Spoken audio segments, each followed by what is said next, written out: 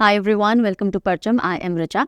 आज के सेशन में हमें डिस्कस करने हैं अक्टूबर मंथ के मंथली करंट अफेयर्स। ठीक है, अब आज जो एम्फेसिस रहने वाला है वो जितनी भी मिनिस्ट्रीज हैं हमारी यूनियन मिनिस्ट्रीज, उनसे जुड़ी हुई अगर कोई भी खबर होगी, कोई भी स्कीम्स आ रखी होंगी, कोई कॉन्फ्रेंसेस समिट्स हो रखे होंगे, यानी कि ऐसी न्यूज़ जो नेशनल सिग्निफिकेंस की तो है ही, लेकिन साथ ही साथ किसी न किसी या तो मिनिस्ट्री से जुड़ी हुई है या फिर पीएम मोदी से डायरेक्टली कोई एसोसिएशन रखती है, या फिर देश में पहली बार हो रही है किसी समिट के फॉर्म में, प्रोजेक्ट के फॉर्म में, कॉन्फ्रेंस के फॉर्म में, उन सारा डिस्कशन आज हम उन सारी पॉइंट्स का लेने वाले हैं। और साथ ही साथ लास्ट सेगमेंट रहेगा फाइनेंस न्यूज से रिलेटेड, फाइनेंस और बैंकिंग की न्यूज़। तो पहले हमने फाइनेंस न्यूज़ रखी है और उसके बाद जो बैंकिंग की न्यूज़ है, पर्टिकुलरली बैंकिंग वाले बच्चों के लिए, बाकी सारे बच्चे वहीं तक सेशन देख लीजिएगा जहां तक फाइनेंस पोर्शन है, और लास्ट की few slides will be there जिनको आप स्किप कर सकते हैं। ठीक है, टाइम स्टैम्प्स आपको वीडियो के डिस्क्रिप्शन में मिल जाएंगे। अगर आपको किसी भी कैटेगरी पे मूव करना है, आप डायरेक्टली भी वहां पे जा सकते हो, और वीडियो के नीचे जो टाइटल है ना, वहाँ पे आप क्लिक कीजिए तो आपको पूरा डिस्क्रिप्शन दिख जाएगा। जितने भी इंपॉर्टेंट लिंक्स हैं, वो प्लेलिस्ट के हों, पीडीएफ के हों, everything you will be getting from there. Telegram के हों, इंस्टाग्राम के हों,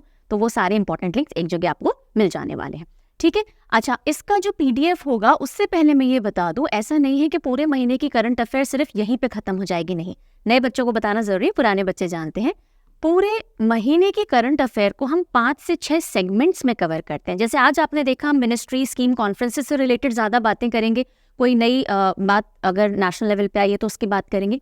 अदरवाइज हम इंपॉर्टेंट डेज अलग से लेते हैं, बुक्स, अवार्ड्स, अपॉइंटमेंट्स वाली कैटेगरी अलग रखते हैं। स्टेट से जुड़ी हुई जितनी भी खबरें होंगी ना, जो अलग अलग स्टेट वाइज हम कैटेगराइज कर सकते हैं, उनको हम अलग लेंगे। साइंस एंड डिफेंस को अलग लेंगे, इंटरनेशनल टॉपिक्स को अलग लेंगे। इस तरह से 5 से 6 सेगमेंट्स होते हैं।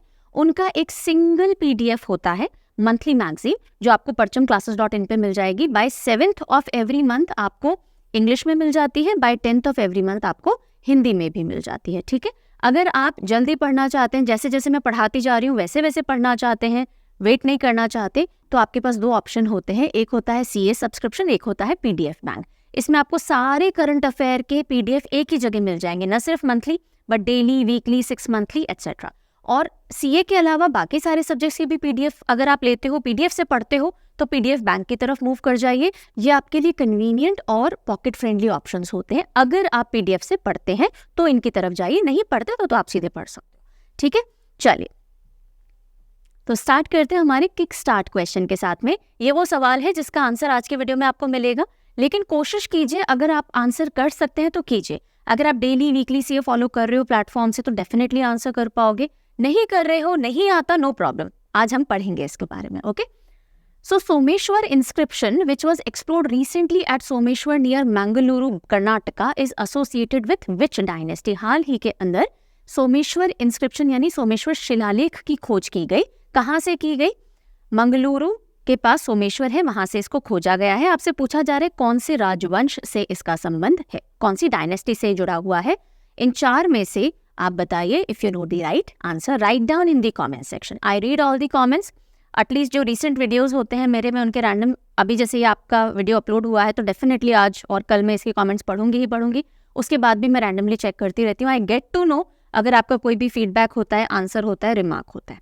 चलिए आगे बढ़े, उससे पहले जल्दी से बता देती हूँ एसएससी टारगेट का batch 2024 for general awareness. SSC के अंदर मैथ, इंग्लिश, रीजनिंग पे बहुत बच्चे फोकस करते हैं, प्रैक्टिस भी करते हैं। जीए लगता है टफ, जीए से पता नहीं होता किस तरह के क्वेश्चन आ सकते हैं, मेहनत कितनी करें नहीं करें, तो इसको यूजुअली दरकिनार या थोड़ा सा साइडलाइन कर देते हैं बच्चे। लेकिन लेट मी टेल यू, ये आपके लिए बहुत एक स्ट्रॉन्ग एरिया बन सकता है अगर आपने सही तरीके से इसकी तैयारी की, और ये डिफरेंशिएटिंग फैक्टर बन सकता है। मैथ, इंग्लिश, रीजनिंग पे सब कोई फोकस कर रहा है, राइट? तो अगर आपको अपनी जनरल अवेयरनेस को स्ट्रॉन्ग करना है, यानी history, geography, polity, economy, science, static, GK वाला पूरा पोर्शन आप चाहते हो आपकी पकड़ में हो, मेजॉरिटी क्वेश्चन आपका आंसर करने की पोजीशन में आ जाओ, then you can definitely opt for this course.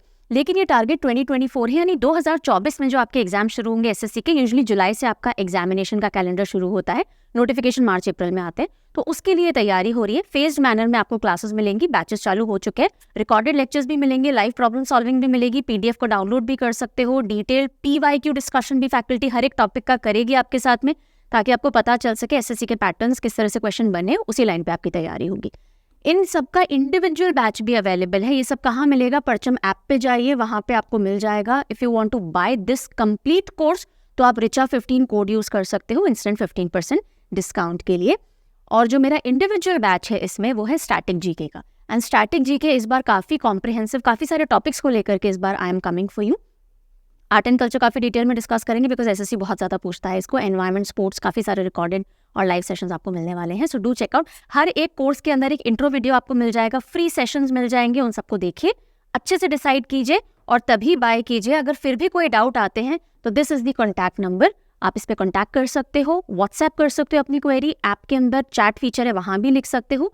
Timing का बस ध्यान रखिएगा, तभी आपकी कॉल आंसर हो पाएगी। I hope all your queries concerns I have addressed, remaining you can address here. ठीक है जी, चलिए अब स्टार्ट कर लेते हैं हमारी पहली कैटेगरी ऑफ न्यूज़ के साथ में जो इस सेशन में रहने वाली है, that is national news.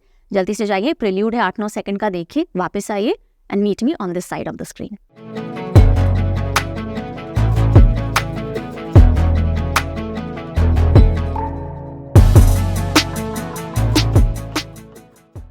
Alright, so welcome back. सबसे पहली न्यूज़ देखते हैं। Petroleum minister inaugurates 26th energy technology meet at Bharat Mandapam. Bharat Mandapam inaugurate किया गया था रिसेंटली, जिसमें जितनी भी इंपॉर्टेंट कॉन्फ्रेंसेस, समिट्स, मीटिंग होनी है नेशनल इंटरनेशनल लेवल की, वहाँ आपको ज़्यादातर भारत मंडपम में देखने को मिलेंगी। तो वहीं पे पेट्रोलियम मिनिस्टर, आप देखिए ये मिनिस्ट्री से रिलेटेड न्यूज़ है कहीं ना कहीं, ठीक है, या कॉन्फ्रेंस से रिलेटेड न्यूज़ है, इसलिए आपको इस सेशन में देखने को मिलेगी। पेट्रोलियम मिनिस्टर ने इनॉग्रेट किया है 26th addition energy technology meet का। तो एनर्जी टेक्नोलॉजी मीट का कौन सा एडिशन हुआ? 26 हुआ। कहाँ हुआ? भारत मंडपम, न्यू दिल्ली के अंदर हुआ। और कौन है पेट्रोलियम मिनिस्टर? हमारे हरदीप सिंह पुरी। न सिर्फ पेट्रोलियम के, नेचुरल गैस के, पर हाउसिंग और अर्बन अफेयर्स के भी मिनिस्टर हैं। अब इसके जो ये मीट हुई तो उसमें जो एड्रेसेस देते हैं मिनिस्टर्स, उनमें से कुछ इंपॉर्टेंट पॉइंट्स निकल के आते हैं जिसपे क्वेश्चन भी बन सकता है। अगर आप स्टेट या यूपीएससी लेवल की तैयारी कर रहे हो तो वहां से आंसर राइटिंग में भी आपको पॉइंट्स मिल सकते हैं। आज का जो इस सेशन में पढ़ा रही हूँ सिर्फ वनडे एग्जाम के लिए इंपॉर्टेंट नहीं है, ये सारे स्टेट लेवल एग्जामिनेशन के लिए, जब भी आप करंट अफेयर तैयार करोगे डेफिनेटली ये सेशन आपके लिए बहुत यूजफुल है। यूपीएससी लेवल के लिए सेशन बहुत यूजफुल है। कुछ न्यूज इसमें से ऐसी होगी जिसको आपको और डेप्थ में पढ़ना होगा, लेकिन यहाँ से आप सारी न्यूज एक बार को देख सकते हो। जो न्यूज आपको डेप्थ में पढ़नी है वो पिक कर सकते हो और उसको फर्दर स्टडी कर सकते हो। ठीक है, चलिए। सो अब इनका जो पूरा एड्रेस रहा था यूनियन मिनिस्टर का, उसमें की पॉइंट्स क्या निकल के आए कि इंडिया किन किन पोजिशंस पे इन सारे एरियाज में है, पेट्रोलियम, नेचुरल गैस में, हाउसिंग, अर्बन अफेयर्स में, ये सारी बातें की गई। तो 3rd लार्जेस्ट ऑयल कंज्यूमर है हम वर्ल्ड के, 3rd लार्जेस्ट एलपीजी कंज्यूमर है, 4th लार्जेस्ट एलएनजी इंपोर्टर है। कंज्यूमर यानी हम यूज कर रहे हैं, इंपोर्टर यानी हम आयात करते हैं। 4th लार्जेस्ट रिफाइनर है और 4th लार्जेस्ट ऑटोमोबाइल मार्केट है हम दुनिया की। ये इंडिया की स्टैंडिंग हो गई in terms of energy technology. ठीक है, उसी के साथ साथ इन्होंने ये भी बताया कि हमारी जो बायोफ्यूल ब्लेंडिंग के टारगेट्स हैं, कि हमारे जो फ्यूल हैं, पेट्रोल डीजल है, उसमें कितना बायोफ्यूल ब्लेंड होना चाहिए, मिक्स होना चाहिए, उसके टारगेट ऑलरेडी हम उसमें पहले चल रहे हैं। और इसलिए अब नया टारगेट एक तरह से आप मान लीजिए हमने लिया है 20% बायोफ्यूल ब्लेंडिंग का हमारा टारगेट था 2030 तक, लेकिन अब उसको प्रीपोन करके एडवांस करके 2025 तक का टारगेट कर दिया गया है कि हमारे जो हमारे फ्यूल्स चल रहे हैं उनमें 20% ब्लेंडिंग होनी चाहिए बायोफ्यूल की, जैसे इथेनॉल हो गया। और ये कब तक अचीव करना है हमको? ये 20% 2025 तक। ठीक है, चलिए मिनिस्ट्री ऑफ टूरिज्म की तरफ आते हैं। Ministry of tourism hosted PATA travel mart 2023 in new Delhi, यानी कि पर्यटन मंत्रालय ने नई दिल्ली में PATA ट्रेवल मार्ट की मेजबानी की। करेगा नहीं है, की है, हो चुकी है। तो 46th एडिशन था PATA का। भी PATA ट्रेवल मार्ट क्या है? So Pacific Asia Travel Association, Pacific Asia Travel Association PATA है। इसका 46th एडिशन ट्रैवल मार्ट का हुआ। कहाँ हुआ? ये भी भारत मंडपम के अंदर हुआ, 4 से 6 अक्टूबर। डेट याद रखना जरूरी नहीं है, डेट आपको सिर्फ आइडिया दे देती है, अच्छा ठीक है अक्टूबर के अंदर हुआ था। जब आप न्यूज़ पढ़ते हो, उससे रिलेटेड इन्फॉर्मेशन पढ़ते हो तो थोड़ी स्टोर हो जाती है दिमाग में, डेट याद रखना बिल्कुल जरूरी नहीं है। एम क्या था इसका? क्या एम होगा? देखिए, पैसिफिक एशिया ट्रैवल एसोसिएशन है तो कहीं ना कहीं टूरिज्म से रिलेटेड होगी, है ना। तो PATA क्या होता है? तो फुल फॉर्म देख लीजिएगा, ब्रिंग टुगेदर टूरिज्म प्रोफेशनल और बिजनेस स्टेक होल्डर्स जो होते हैं, जो टूरिज्म इंडस्ट्री से जुड़े हुए हैं, उनको साथ लाना, न सिर्फ इंडिया के पर एशिया पैसिफिक रीजन के, ताकि वो डिस्कशंस और डिस्कोर्स कर सके। जो ये PATA है इसकी शुरुआत 51 में हुई थी और हेडक्वार्टर कहाँ है? बैंकॉक के अंदर है। कुछ चीजें मैंने आपको येलो कलर में दिखा रखी हैं, ये हाईलाइट्स हैं, इनको आप स्पेशली थोड़ा दिमाग में बिठाते चलिएगा। ठीक है, ये पोस्टर है जो आप देख सकते हो, इनक्रेडिबल इंडिया, ये हमारा टूरिज्म वाला एरिया हो ही गया। मिनिस्ट्री ऑफ टूरिज्म है, PATA ट्रैवल मार्ट 2023 नई दिल्ली के अंदर ऑर्गेनाइज करवाया गया था। ठीक है जी, आगे चलें। National intellectual property conference 2023 held in new Delhi. तो अब हम बात कर रहे हैं कौन सी कॉन्फ्रेंस की? National intellectual property conference. Intellectual property क्या होती है? जो हमारा इंटेलेक्ट है, हमारी जो समझ है, हमारी जो नॉलेज है, उससे रिलेटेड अगर हमने कुछ भी बनाया है, कोई हमने चीज़ लिखी है, कोई म्यूजिक बनाया है, कोई आर्ट पीस बनाया है, तो हम उसका ट्रेडमार्क, पेटेंट, कॉपीराइट ये सब करवाते हैं, इनको कहते हैं इंटेलेक्चुअल प्रॉपर्टी। तो उससे रिलेटेड कॉन्फ्रेंस हुई है। थीम क्या रही? थीम रही nurturing growth of IP for knowledge economy. जो भी कॉन्फ्रेंसेस होती है नेशनल इंटरनेशनल लेवल पे, उनकी थीम इंपॉर्टेंट हो जाती है। उसके अलावा कौन सा एडिशन हुआ, कहाँ हुआ, और अगर बहुत इंपॉर्टेंट है तो किस किसने पार्टिसिपेट किया, ये कुछ मोटे मोटे पॉइंट्स हैं जो इंपॉर्टेंट होते हैं। World intellectual property day is celebrated, कब सेलिब्रेट होता है? एक एक्स्ट्रा पॉइंट है जो कि यहीं पे हम रिविजन फॉर्म में ले रहे हैं, 26 अप्रैल को होता है, 26 अप्रैल को। अच्छा, अब ये जब कॉन्फ्रेंस हुई तो वहाँ पे जो हमारे union minister of commerce and industry हैं, कौन है? पीयूष गोयल। उन्होंने भी अपना एड्रेस दिया, यानी उन्होंने भाषण दिया होगा, कुछ एड्रेस किया होगा ऑडियंस को। तो वहाँ उन्होंने कुछ एक पॉइंट रखा कि इंडिया ने अपनी रैंकिंग ग्लोबल इनोवेशन इंडेक्स में, आप किस चीज़ को पेटेंट, कॉपीराइट कराओगे, ट्रेडमार्क कराओगे? जो आपने इनोवेट की है, जो आपने अपने दिमाग से बनाई है, तो इनोवेशन। तो हमारा जो रैंकिंग है ग्लोबल इनोवेशन इंडेक्स के अंदर, वो इम्प्रूव हुआ है, यानी इंडिया इनोवेशन में आगे आ रहा है। पहले 2014 से कंपैरिजन बताया गया है, 2014 क्यों? क्योंकि तब ये गवर्नमेंट आई थी, मोदी गवर्नमेंट आई ही थी पावर में, तो तब हम 81 रैंक पे आते थे। लेकिन आज की हम बात करें तो हमारा रैंक 40 है। तो ग्लोबल इनोवेशन इंडेक्स में इंडिया की क्या रैंकिंग है? 40th रैंकिंग है, और ये इंपॉर्टेंट इंडेक्स है। इंडेक्स भी पूछे जाते हैं एग्जाम में, वो हम करेंगे इंटरनेशनल न्यूज़, स्पोर्ट्स और इंडेक्स, ये एक सेगमेंट होता है जो हम अलग से डील करेंगे करंट अफेयर में। चलिए आगे चलते हैं। Center notifies establishment of National Turmeric Board with focus on enhancing turmeric exports to $1 billion by 2030। यानी कि केंद्र ने नोटिफाई कर दिया है, केंद्र ने बोल दिया है, अधिसूचित कर दिया है कि हम क्या बनाएंगे? नेशनल टर्मरिक बोर्ड बनाएंगे। यानी कि अगर हम हिंदी में बोले, राष्ट्रीय हल्दी बोर्ड का को इस्टेब्लिश किया जाएगा। और इसका एम क्या है, क्यों बनाया जाएगा नेशनल टर्मरिक बोर्ड? ताकि जो हमारा टर्मरिक एक्सपोर्ट है ना, वो 2030 तक कितने वैल्यू तक पहुंच जाए? $1 बिलियन तक का टर्मरिक एक्सपोर्ट हम कर रहे हैं, एनहांस करने। ऑलरेडी अगर हम टर्मरिक की बात करें, एक्सपोर्ट में नंबर 1 है, कंजम्पशन में नंबर 1 है, प्रोडक्शन में नंबर 1 है इंडिया ग्लोबल लेवल पे। ठीक है, तो largest producer, consumer, exporter of turmeric है हम वर्ल्ड में। 2022-23 की बात करें, 22-23 की, तो ग्लोबल टर्मरिक प्रोडक्शन का 75% इंडिया में ही प्रोड्यूस किया गया। स्पाइसेस के मामले में इंडिया वैसे भी बहुत रिच है ना, that is what brought Britishers here. So turmeric, जो हल्दी हम बोलते हैं, एक बहुत इंपॉर्टेंट स्पाइस है जो हमारे यहाँ पे कुकिंग में बहुत आराम से अच्छे से यूज होता है। प्रोडक्शन बहुत ज़्यादा है, 30 से ज़्यादा वेराइटीज टर्मरिक की इंडिया में पाई जाती हैं। अच्छा, हम बोल रहे हैं लार्जेस्ट प्रोड्यूसर है, तो इंडिया में क्या सारे स्टेट्स में प्रोड्यूस होता है? नहीं। लार्जेस्ट प्रोड्यूसर्स कौन से? स्टेट वाइज इंडिया में भी तो महाराष्ट्र, तेलंगाना, कर्नाटका, तमिलनाडु। सो अगर आप देख रहे हो, थोड़ी सी सदर्न बेल्ट है जहाँ पे टर्मरिक ज़्यादा प्रोड्यूस की जाती है। और लीडिंग एक्सपोर्ट मार्केट, हम अगर एक्सपोर्ट कर रहे हैं, निर्यात कर रहे हैं, तो कौन से मार्केट्स हैं जो हमसे हल्दी सबसे ज़्यादा खरीदते हैं? मेजर एक्सपोर्ट मार्केट है हमारे Bangladesh, UAE, USA and Malaysia. Bangladesh एक तो हमारा पड़ोसी हो गया, फिर यूएई, मलेशिया, यूएसए, ये हमारे मेजर एक्सपोर्ट लेने वाले कंट्रीज हैं, जो हमसे एक्सपोर्ट लेते हैं, यानी वो इम्पोर्ट करते हैं हमसे टर्मरिक। ठीक है, अब क्योंकि हमने बोला एक नए नेशनल टर्मरिक बोर्ड का गठन होगा, बोर्ड जब भी होता है तो उसमें बहुत सारे लोग होते हैं, कोई चेयरमैन होगा, कोई मेंबर होगा, तो उस बोर्ड की थोड़ी सी ब्रीफिंग है, ज़्यादा डिटेल में हम नहीं जाएंगे, मोटे मोटे तौर पे देख लीजिए। एक चेयरपर्सन होगा जो कि सेंट्रल गवर्नमेंट अपॉइंट करेगी। जो मेंबर्स होंगे वो मिनिस्ट्री ऑफ आयुष से, pharmaceutical, agriculture, farmer welfare, commerce, industry, यहाँ वाले एरिया से आएंगे। फिर सीनियर स्टेट गवर्नमेंट रिप्रेजेंटेटिव्स होंगे जो कि 3 स्टेट्स से होंगे और रोटेशनल बेसिस पे बनते जाएंगे। फिर नेशनल एंड स्टेट इंस्टीट्यूशन से अलग अलग जो एक्सपोर्ट वगैरह में इन्वॉल्व है वो भी इस बोर्ड का हिस्सा रहेंगे। और एक सेक्रेटरी होंगे जिनको कौन अपॉइंट करेगा? डिपार्टमेंट ऑफ कॉमर्स अपॉइंट करेगा। तो ये पूरा बोर्ड का एक फ्रेमवर्क रहने वाला है। हर एक पॉइंट रटो, बहुत डिटेल में याद करो जरूरी नहीं है, मोटे मोटे तौर पे समझ लो, कुछ एक पॉइंट्स भी ध्यान रहेंगे तो चल जाएगा। अगली न्यूज पे चलते हैं। DRI, that is directorate of revenue intelligence, directorate of revenue intelligence, उन्होंने ऑपरेशन कच्छप, कौन सा ऑपरेशन है? Operation Kachhap. So they conducted Operation Kachap to rescue 955 live baby gangetic turtles। यानी कि DRI के ऑपरेशन कच्छप ने क्या किया? 955 जीवित शिशु गंगा कछुओं को बचाया। तो ये जो ऑपरेशन कच्छप था किससे रिलेटेड था? तो आपको पता होना चाहिए कि जो टर्टल्स हैं उनको बचाने के लिए था, जिनको अवैध रूप से बेचा जाता है या अंडों में से निकले और बेच दिया जाता है। एग्स की भी बहुत इलीगल सेल होती है, ट्रेड होती है कछुओं के केस में, क्योंकि ये थोड़े से हाई प्राइस होते हैं, बिकते हैं। तो दूसरी चीज़, किसने ये ऑपरेशन चलाया? तो DRI ने, यानी डायरेक्टरेट ऑफ रेवेन्यू इंटेलिजेंस ने चलाया। ये 2 बात ध्यान रखने की है। DRI ने 6 लोगों को पकड़ा है, ये सब कुछ ज़्यादा इंपॉर्टेंट नहीं है। लाइव बेबी गेंजेटिक टर्टल्स के, और ये जो इनिशियल ये जो करवाया गया ऑपरेशन कच्छप कहाँ चला है? नागपुर, भोपाल, चेन्नई में ये 955 टर्टल्स बचाए गए। Illegal trafficking and trading of turtles of Ganges, इसके लिए ये ऑपरेशन कच्छप चलाया गया था।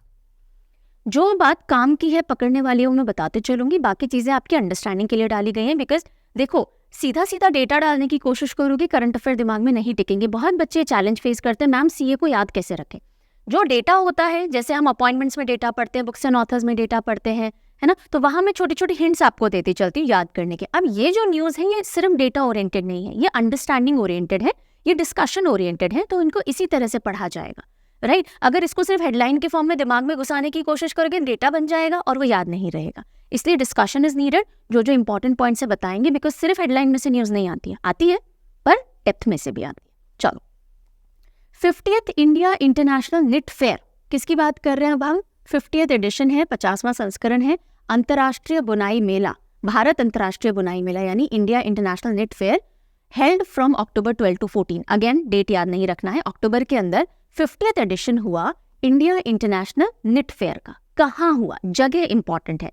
तो ये हुआ तिरुपुर, तमिलनाडु के अंदर। निट बुनाई, तिरुपुर तमिलनाडु के अंदर ये निट फेयर ऑर्गेनाइज करवाया गया। ये पोस्टर आपके लिए दे दिया जाता है, आपको जो PDF मिलते हैं उनमें भी ये पोस्टर अच्छे साइज में दे दिया जाता है, ताकि आप पढ़ सकें। पोस्टर देखने से थोड़ी पिक्टोग्राफिक मेमोरी बन जाती है, आपको चीज़ें थोड़ी याद रह जाती हैं।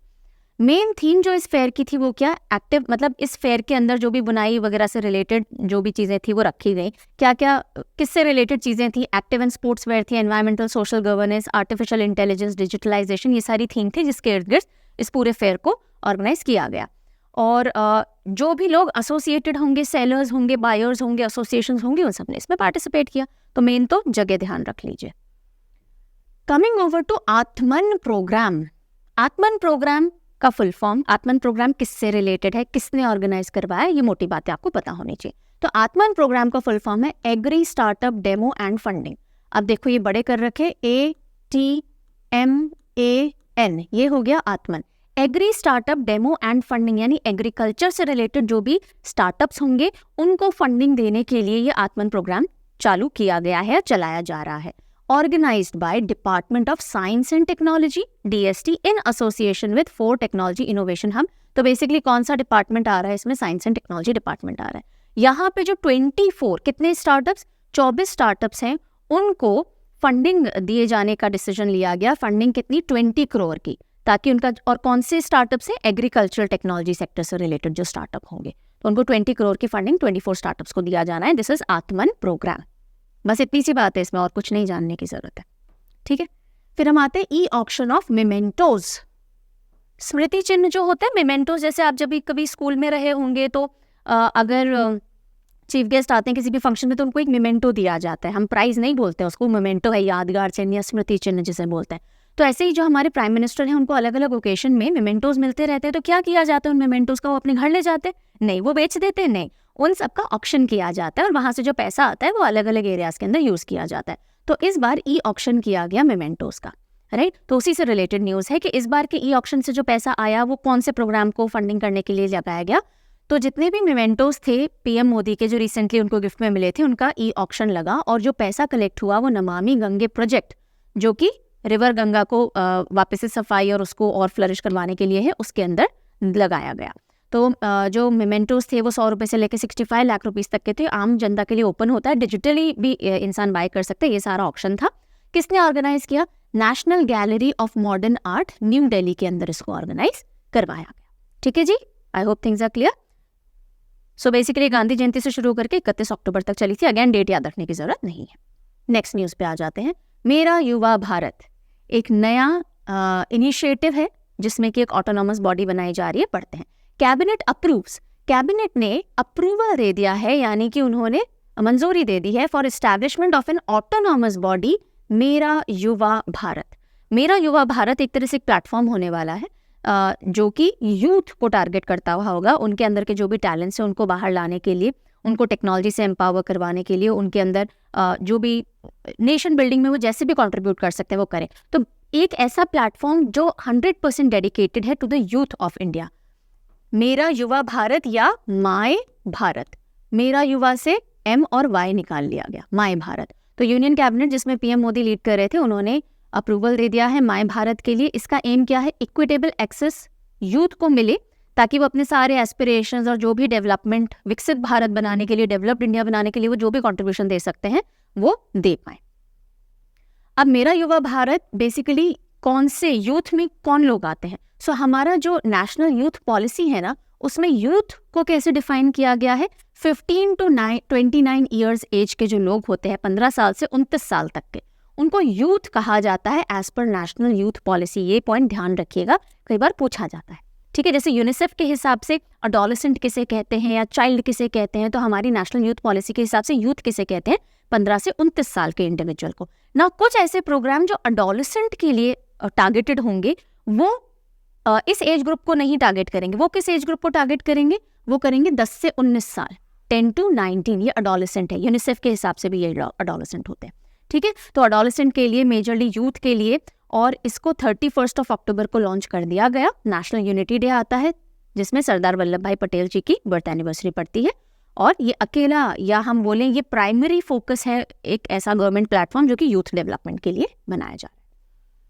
नेक्स्ट हम आते हैं Ummeed. Ummeed is what? These are a set of guidelines. ये एक ऐसी गाइडलाइंस हैं जो कि लॉन्च की गई हैं। इन गाइडलाइंस का नाम रखा गया है उम्मीद, ताकि जो बच्चे सुसाइड कमिट कर लेते हैं स्कूल्स में, या स्कूल एज के बच्चे वो होते हैं, उन पे रोकथाम की जा सके। So guidelines called Ummeed release to prevent student suicide in schools.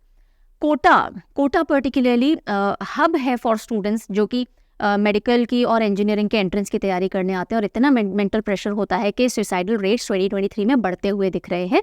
तो एक ऐसे टाइम पे उम्मीद गाइडलाइन आई है जो कि उम्मीद दे रही है कि हो सकता है इन बच्चों को जो हैंड होल्डिंग की ज़रूरत है, ये स्ट्रेस, जो भी जिस भी तरह का प्रेशर है वो फैमिली तरफ से है, इंस्टीट्यूशन की तरफ से, कंपटीशन की तरफ से, खुद के एक्सपेक्टेशन की वजह से उसको ढंग से हैंडल कर पाने लायक इनको बनाया जा सके। और अगर कोई भी क्रिटिकल केसेस दिखते हैं कि इस बच्चे को मदद की ज़रूरत है तो मदद मिल सके, ऐसी एक बॉडी इस गाइडलाइन के अंदर बताई गई है कि आप बनाइए, इन लोगों को रखिए इन प्लेस ताकि वो सपोर्ट दे सके। सो उम्मीद का फुल फॉर्म, इस तरह के जो गाइडलाइंस हैं, जैसे उम्मीद बहुत एक सेंसिटिव इशू को लेकर के स्टूडेंट ओरिएंटेड है, तो यहाँ पे ये इंपॉर्टेंट हो जाता है। फुल फॉर्म ध्यान रखेंगे।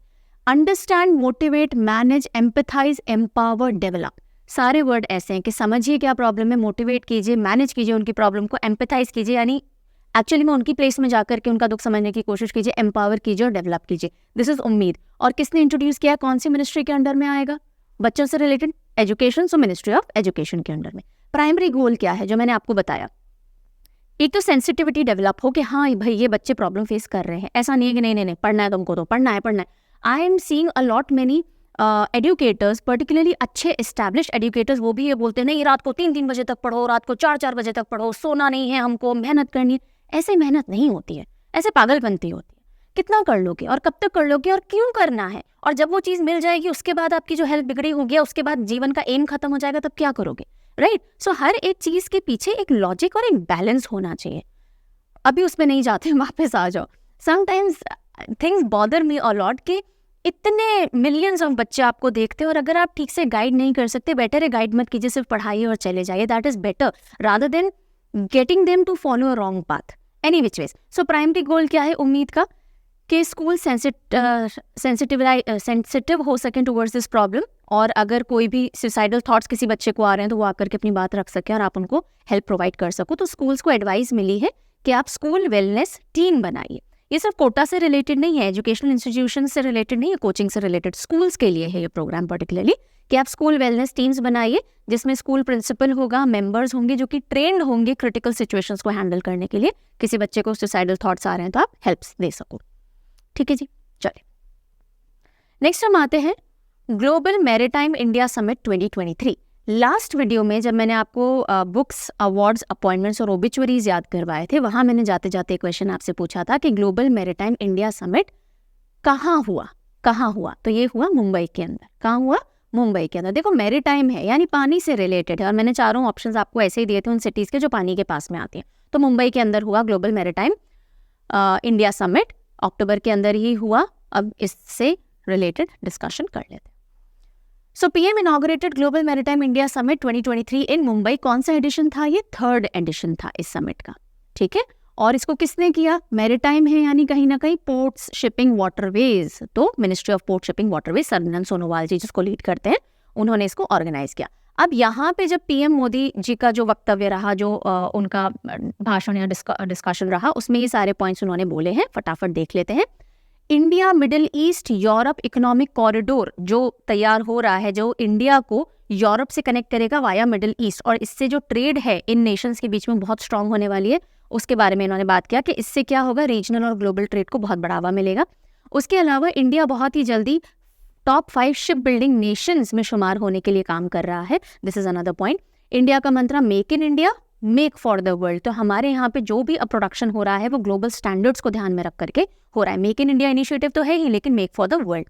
एंड लास्ट डिकेड में यानी पिछले 1 दशक के अंदर हमारी जो मेजर पोर्ट्स हैं, हमारे जो मेजर सी पोर्ट्स हैं, उनकी कैपेसिटी हुई है डबल, यानी वो जितना भी काम चल रहा था वहां से वो डबल हो चुका है।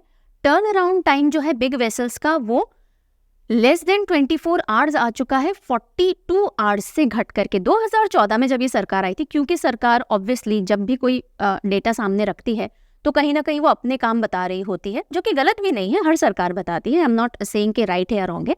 तो इसलिए अधिकतर जो कंपैरिजन आपको दिखेगा वो 2014 से दिखेगा। तो 2014 में जहाँ पे जो टर्न अराउंड टाइम था, यानी कि सामान आ रहा है, खाली हो रहा है, आगे पहुंच रहा है, या फिर सामान आ रहा है, भरा जा रहा है और आगे पहुंचाया जा रहा है, जो टर्न अराउंड टाइम होता है एक टास्क को कंप्लीट करने का, जहां 2014 में 42 आवर्स लगते थे बिग वेसल्स के टर्न अराउंड टाइम में, अब 24 आवर्स लगते हैं। तो चीज़ें फास्ट हो रही हैं और ज़्यादा कैपेसिटी से हो रही हैं।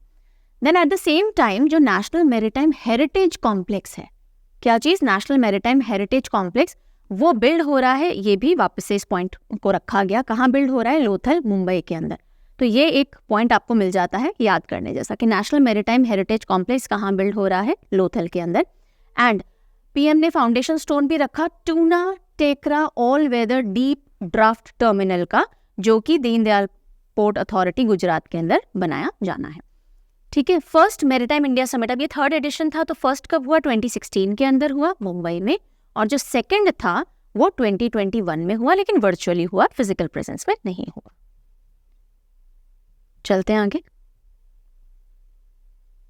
ये उसी से रिलेटेड है कि हम टॉप 5 शिप बिल्डिंग नेशंस में से एक होने जा रहे हैं। हमारा मंत्र क्या है? Centre hikes LPG subsidy for Ujjwala beneficiaries to 300 from 200। जो उज्ज्वला योजना है, प्रधानमंत्री उज्ज्वला योजना, जिसके तहत भाई जो बिल्कुल ही निचले तबके के लोग हैं, जो अभी भी चूल्हा और कंडे और लकड़ियाँ जला करके काम ले रहे हैं, तो उनको एलपीजी सिलेंडर्स सब्सिडाइज रेट पे मिल सके। तो पहले सब्सिडी मिल रही थी 200 रुपये की, उसको बढ़ा करके 300 रुपये कर दी गई है। ये न्यूज़ है, एग्जामिनर कई बार पूछ लेता है, इसलिए कुछ एक चीज़ें हमको सीधी सीधी पता होनी चाहिए। अब क्योंकि न्यूज़ प्रधानमंत्री उज्ज्वला योजना से रिलेटेड है, स्कीम से रिलेटेड है, ये स्कीम कब लॉन्च हुई, ये सारी चीज़ें देखनी है। तो प्रधानमंत्री उज्ज्वला योजना 2016 में लॉन्च हुई। क्यों लॉन्च हुई? जो एलपीजी कनेक्शन है रूरल और डिप्राइव्ड हाउस होल्ड को दिए जा सके, ताकि वो अपने जो ट्रेडिशनल फ्यूल्स हैं उनसे हट करके यहाँ आए, क्योंकि उनसे पोल्यूशन बहुत होता है, हेल्थ को भी नुकसान होता है। IRCON international limited and rights limited granted Navratna status. Navratna status, तो मिनी रत्ना कंपनीज होती हैं, नवरत्ना कंपनीज होती हैं और महारत्न कंपनीज होती हैं। ये रत्ना नहीं होता, रत्न होता है, रत्न, ठीक है, जूल। सो मिनी रत्न, नवरत्न, महारत्न। तो नवरत्न कंपनीज 2 और ऐड हो गई हैं लिस्ट के अंदर। एक है इरकॉन इंटरनेशनल और दूसरी है राइट्स। यही न्यूज़ है। तो ये 15th और 16th नवरत्न कंपनी रिस्पेक्टिवली बन गई हैं। सेंट्रल पब्लिक सेक्टर एंटरप्राइजेस जो होती हैं उनको मिनी रत्न, महारत्न, नवरत्न में कैटेगराइज कर दिया जाता है based on certain eligibility criterias, और उससे उनको कुछ बेनिफिट्स भी मिलते हैं। सो ये कौन देता है? ये जो स्टेटस है ये दिया जाता है मिनिस्ट्री ऑफ फाइनेंस के द्वारा। अब जो इरकॉन इंटरनेशनल लिमिटेड और राइट्स है, ये दोनों ही मिनिस्ट्री ऑफ रेलवेज के अंडर में आती हैं, ठीक है। ये कौन सी सीपीएसयूज है? रेलवे से रिलेटेड सीपीएसयूज हैं। अब नवरत्न स्टेटस इनको मिला है, तो पीएसयू के पास, ये पब्लिक सेक्टर अंडरटेकिंग जो है, उसके पास क्या क्राइटेरिया होने चाहिए ताकि नवरत्न मिल सके? ये आपका स्टैटिक पॉइंट है, ठीक है, करंट न्यूज़ जो थी वो पिछले स्लाइड पे खत्म हो गई। अब ये जो आप देख रहे हो ये स्टैटिक पॉइंट है, जिससे आपको एग्जामिनर कभी स्टैटिक पूछ ले तो पता होना चाहिए। और कौन के बारे में अगर वो पूछ लेता है तो फुल फॉर्म क्या है भाई, Indian railway construction international limited, 1976 में इसको बनाया गया था। राइट्स की हम बात करें तो इसको पहले rail India technical and economic service limited बोलते थे, अब RITES बोलते हैं। 1974 के अंदर इसको फाउंड किया गया। एंड नवरत्न स्टेटस मिलने के लिए पहली बात तो ज़रूरी है कि आप मिनी रत्न कंपनी हो, तभी आप नवरत्न के लिए एलिजिबल होगे। दूसरी चीज़ कि आपका जो नेट प्रॉफिट है मोर देन 5000 करोड़ होना चाहिए लास्ट 3 कंसेक्यूटिव ईयर्स, मतलब लगातार 3 साल जो आपका है नेट प्रॉफिट या तो 5000 करोड़ हो, एक चीज़ तो ये, और उसके साथ में एंड यानी प्लस या तो आपने एवरेज एनुअल टर्नओवर 25,000 करोड़ का 3 साल मेंटेन किया हो, या फिर और एनुअल एवरेज नेट वर्थ जो है आपकी 15,000 करोड़ से ज्यादा होनी चाहिए 3 साल के अंदर। तो इन दोनों में से कोई एक कंडीशन एंड दिस तो, और अगर आप मिनी रत्ना हो तो आप फुलफिल करते हो eligibility to be a Navratna. ठीक है जी, चलिए। Government approve royalty rates for mining of lithium, niobium and rare earth elements. तो आई थिंक लास्ट मंथ ही या उससे पहले वाले मंथ हमने पढ़ा था कि एक अमेंडमेंट डाल दिया गया है या फिर एक ऐसा बिल लेकर के आया गया है जिससे जो प्राइवेट प्लेयर्स हैं वो भी जो प्रेशियस मिनरल्स होते हैं, जो रेयर अर्थ मिनरल्स होते हैं, उनकी माइनिंग के अंदर अब आ सकते हैं। पहले सिर्फ गवर्नमेंट इसको कर सकती थी, तो उसी में अब एक और एडिशन हुआ है कि भैया प्राइवेट प्लेयर्स आएंगे तो अब जब वो माइनिंग करेंगे तो आप रेट्स वगैरह कैसे डिसाइड करोगे, तो उसका अप्रूवल आ चुका है कि रेट्स कैसे डिसाइड होंगे। Government approve royalty rates for mining of कौन से minerals, lithium, niobium and rare earth elements. तो सरकार ने इन सभी के खनन के रॉयल्टी दरों को मंजूरी दे दी है। क्या होंगे रॉयल्टी दर, आइए यहाँ पे, पोस्टर इंपॉर्टेंट होता है, मैं हर बार बताती हूँ आपको। लिथियम की अगर हम बात करें तो लंदन मेटल एक्सचेंज पे जो प्राइसेस चल रहे हैं लिथियम के, उसका 3% रॉयल्टी जो प्राइवेट प्लेयर्स हैं वो सरकार को देंगे जब भी वो माइनिंग करेंगे लिथियम की। नियोबियम की माइनिंग पे 3% ऑफ एवरेज सेल प्राइस, जो भी एवरेज सेल प्राइस चल रहा होगा जिसमें प्राइमरी और सेकेंडरी सोर्सेस का एवरेज आउट किया जाएगा, उसका 3% वो सरकार को देंगे। रेयर अर्थ एलिमेंट्स के केस में जो एवरेज सेल प्राइस चल रहा है रेयर अर्थ ऑक्साइड्स का, उसका 1% वो सरकार को एज रॉयल्टी प्रोवाइड करेंगे। ठीक है, तो ये रॉयल्टी रेट्स फिक्स कर दिए गए हैं। अब सेंटर ने अप्रूव कर दिया है amendment second schedule of mines and minerals development and regulation act 1957, MMDR act जिसे बोलते हैं, जिसके तहत इन क्रिटिकल एलिमेंट्स के और रेयर अर्थ के रॉयल्टी रेट्स को फिक्स कर दिया गया है। ठीक है, ये वही है जो हमने अभी पोस्टर पे पढ़ा, सेम चीज़ यहाँ लिखी गई है। अगर कोई बच्चा पोस्टर ना पढ़े तो यहाँ से पढ़ सकता है। MMDR अमेंडमेंट एक्ट 2023, इस जो मैं आपको बता रही थी एक बिल लाया गया जिसके तहत ये एक्ट में अमेंडमेंट किया गया। इसने डीलिस्ट किया 6 मिनरल्स को। कितने मिनरल्स को? 6 मिनरल्स को। यानी कि ऐसे 6 मिनरल्स जो पहले सिर्फ पब्लिक माइनिंग के अंडर में आते थे, यानी गवर्नमेंट ही माइनिंग करवा सकती है, उसको डीलिस्ट किया गया और वो प्राइवेट प्लेयर्स भी उसमें अब माइनिंग कर सकते हैं, जिसमें लिथियम, नियोबियम भी शामिल है। और उससे बेसिकली प्राइवेट प्लेयर्स अब आ सकते हैं ऑक्शन के थ्रू, मतलब उनको ऑक्शन करना पड़ेगा और उसके बाद वो एंट्री कर सकते हैं। ये सब क्यों किया जा रहा है? क्रिटिकल मिनरल्स जो लिथियम, आरईज वगैरह हैं, ये सब इतने इंपॉर्टेंस में क्यों आ रहे हैं, क्यों प्राइवेट प्लेयर्स को भी ला रहे हैं कि अच्छा माइनिंग में आप भी आ जाइए? क्योंकि ये जो है ये एनर्जी ट्रांजिशन जो हमारा होगा, नेट जीरो एमिशन का हमने जो टारगेट लिया है 2070 तक, उनमें ये बहुत इंपॉर्टेंट रोल प्ले करने वाले हैं। एनर्जी जनरेशन में इनका बहुत इंपॉर्टेंट रोल रहेगा। इसलिए फिर हम आते हैं रेसिडेंशियल एजुकेशन स्कीम श्रेष्ठ।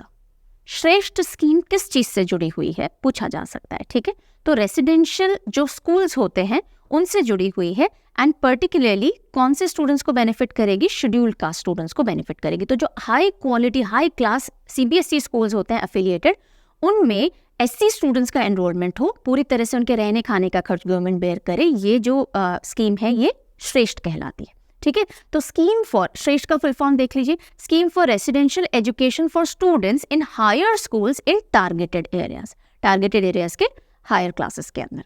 ठीक है, तो high quality education, meritorious students, लेकिन अगर वो पुअर शेड्यूल्ड क्लास स्टूडेंट्स है तो एक तरह से जैसे मेरिटोरियस स्कॉलरशिप वर्क करती है वैसे ये वर्क करेगा CBSE एफिलिएटेड स्कूल्स में जो कि रेसिडेंशियल हो। अच्छा, किसको एंट्री मिल जाएगी? सिर्फ शेड्यूल कास्ट का होना या गरीब होना उससे हो जाएगा काम नहीं, इससे लिए एंट्रेंस एग्जाम लिया जाएगा, तभी तो मेरिटोरियस हो या नहीं हो पता चलेगा। तो नेशनल एंट्रेंस टेस्ट फॉर श्रेष्ठ NETS है, वो कौन कंडक्ट करेगा? NTA कंडक्ट करती है। हायर क्लासेस में यानी 9th और 11th में एडमिशन मिलता है। ठीक है, 9th और 11th के अंदर। एंड सिलेक्शन ऑफ स्कूल कैसे किया जाता है, बेस्ड ऑन क्लास 10 वगैरह के 12th के रिजल्ट्स देखे जाते हैं, उसके बेसिस पे स्कूल्स को सिलेक्ट किया जाता है। मिनिमम 75% पास परसेंटेज हो, इतनी डिटेल में जाने की ज़रूरत नहीं है, ठीक है। चलिए, countries oldest think tank USI, हम बोलते हैं गवर्नमेंट का थिंक टैंक कौन है, नीति आयोग, ठीक है। इंडिया का सबसे पुराना थिंक टैंक माना जाता है USI यानी United service institution of India, 1870 में ये बना था। तो उसने ऑर्गेनाइज किया इंडियन मिलिट्री हेरिटेज फेस्टिवल। कौन सा festival, Indian military heritage festival. तो ये फेस्टिवल किसने ऑर्गेनाइज किया, USI ने, ओके। और इसका मेन एम क्या था, जो हमारे पुराने प्रैक्टिसेस चलते थे, हमारे कल्चर में जुड़े हुए प्रैक्टिस थे, उनको अभी वाले प्रैक्टिस को उनसे इंस्पायर करना, ताकि अभी वाले प्रैक्टिसेस जो है हमारे मिलिट्रीज के, उनमें पुराने वालों को भी उनसे सीख करके कुछ नया डाला जा सके। ये एक मेन एम है, हमारी सिक्योरिटी, हमारी स्ट्रैटेजी को थोड़ा और एनहांस किया जा सके। तो हमारी अंडरस्टैंडिंग कंट्री के रिच मिलिट्री हेरिटेज की और ट्रेडिशंस की, और जो हमारी कंटेम्प्रेरी चीज़ें हैं उनको साथ में डालना, ताकि हम सेल्फ रिलायंस बन सके मिलिट्री कैपेबिलिटीज, ठीक है। इसके लिए इसको ऑर्गेनाइज करवाया गया।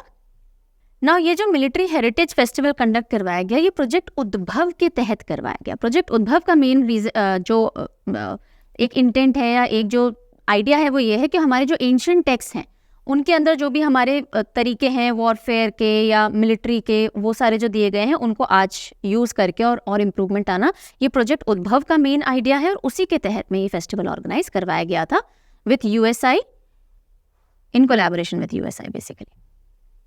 Cabinet approves MSP for Rabi crops for 24-25 season. MSP क्या है, minimum support price. So minimum support prices जब भी कोई, जैसे रबी सीजन की स्टार्टिंग हुई, सोइंग सीजन जब होगा, उस समय ये अनाउंस कर दिए जाते हैं कि आप उगाइए, और अगर कोई भी XYZ रीजन से आपकी फसल खराब हो या प्राइसेस मार्केट के ड्रॉप हो जाए, तो भी मिनिमम इतने पे तो आपके जो प्रोड्यूस है वो खरीदी जाएगी, सरकार उनको खरीदेगा, उसको MSP कहते हैं, ठीक है। तो रबी के लिए MSP अनाउंस किया गया। 6 रबी क्रॉप्स हैं पर्टिकुलरली जिनके लिए इसको अनाउंस किया गया। हाईएस्ट इंक्रीज जो देखा गया 425 रुपीज़ पर क्विंटल का हाईएस्ट, यानी पिछले सीजन में 400 जो भी अमाउंट था उससे इस बार जो अमाउंट है 425 रुपीज़ पर क्विंटल ज़्यादा है, और वो लेंटिल, मसूर के लिए देखा गया। मसूर की जो दाल होती है उसके लिए हाईएस्ट देखा गया। बाकी आप इस पोस्टर पे देख सकते हो। सेकेंड नंबर का जो था जंप जो देखा गया MSP में 200 रुपये प्रति क्विंटल का, वो रैपसीड और किसके लिए, मस्टर्ड के लिए देखा गया। तो वीट, रैपसीड, मस्टर्ड, लेंटिल, ग्राम, बार्ले, सेफ्लार, इनके लिए, कुसुम को बोलते हैं सेफ्लार, इनके लिए MSP डिक्लेयर किया गया। ये आप यहाँ पे देख सकते हो।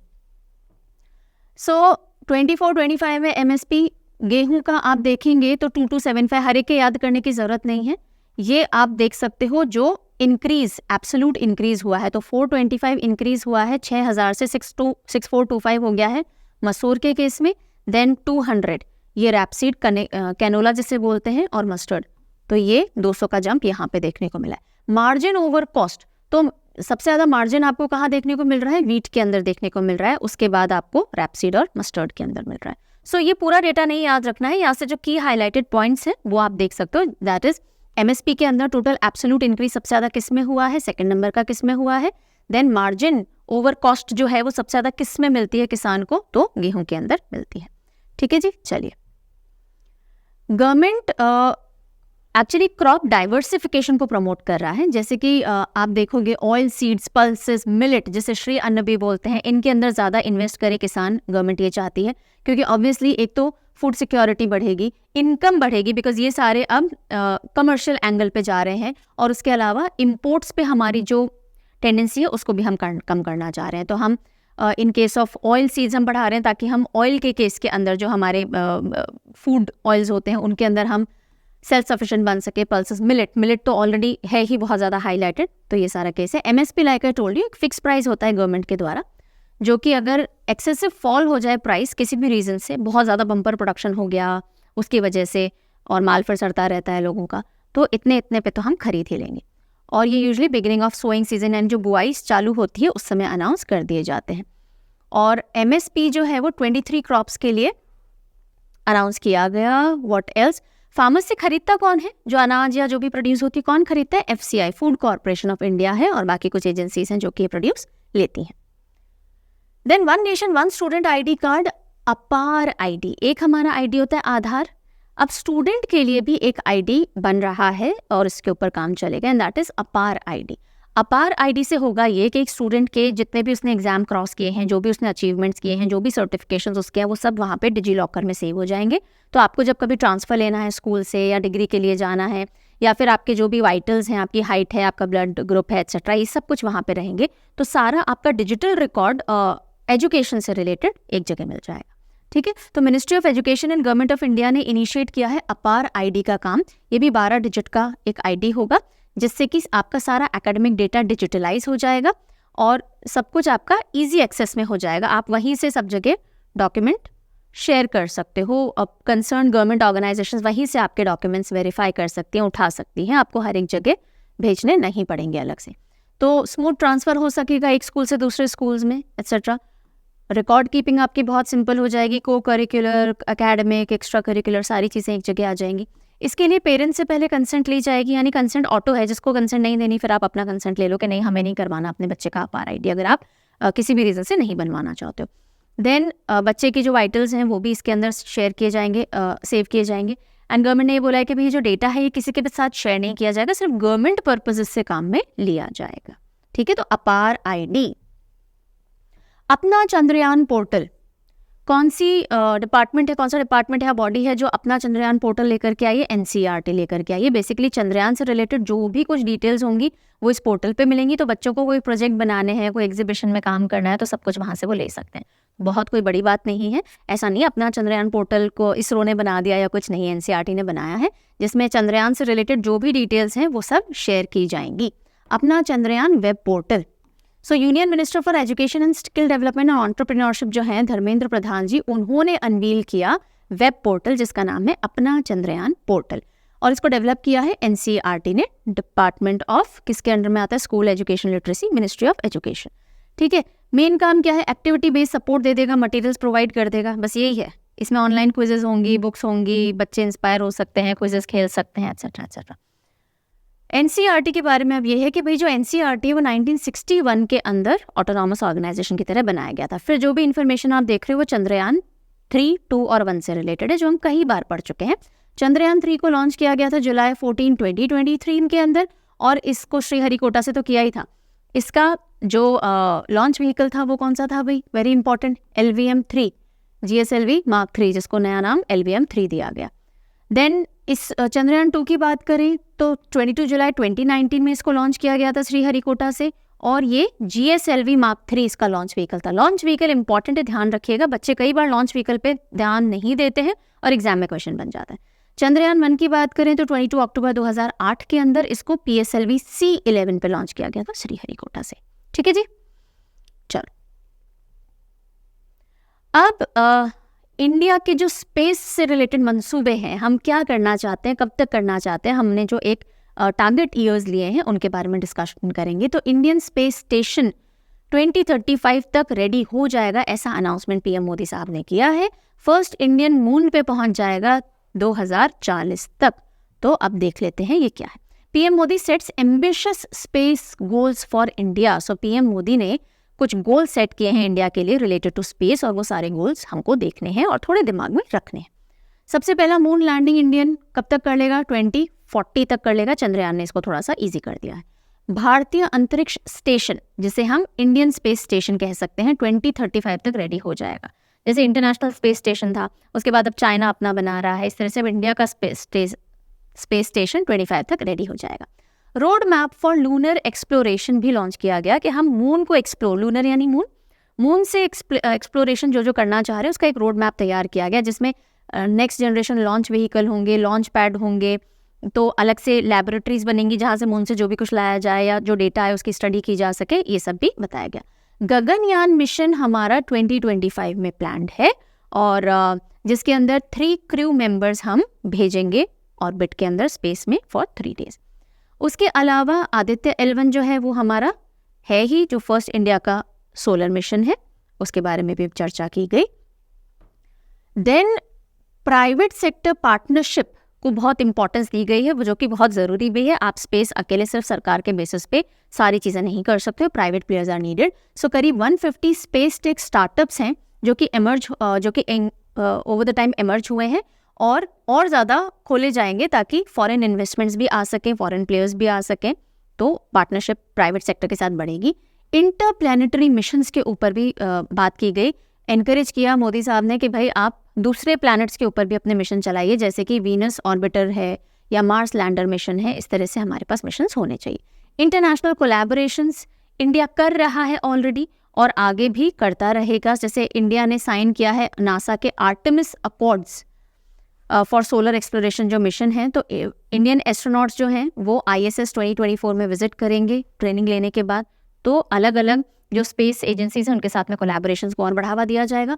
लो अर्थ ऑर्बिट ऑब्जर्वेटरीज जो यानी लो अर्थ ऑर्बिट्स होती हैं, उनके अंदर इसरो और नासा प्लान कर रहे हैं एक ऑब्जर्वेटरी 2024 में, ताकि अर्थ के इकोसिस्टम को, उसका वेजिटेशन हो, सी लेवल हो, नेचुरल डिजास्टर्स हो, इन सब की स्टडी की जा सके। तो these are all the important points जो कि बोले गए in relation to our space planning और ऑब्जेक्टिव्स इन नियर फ्यूचर।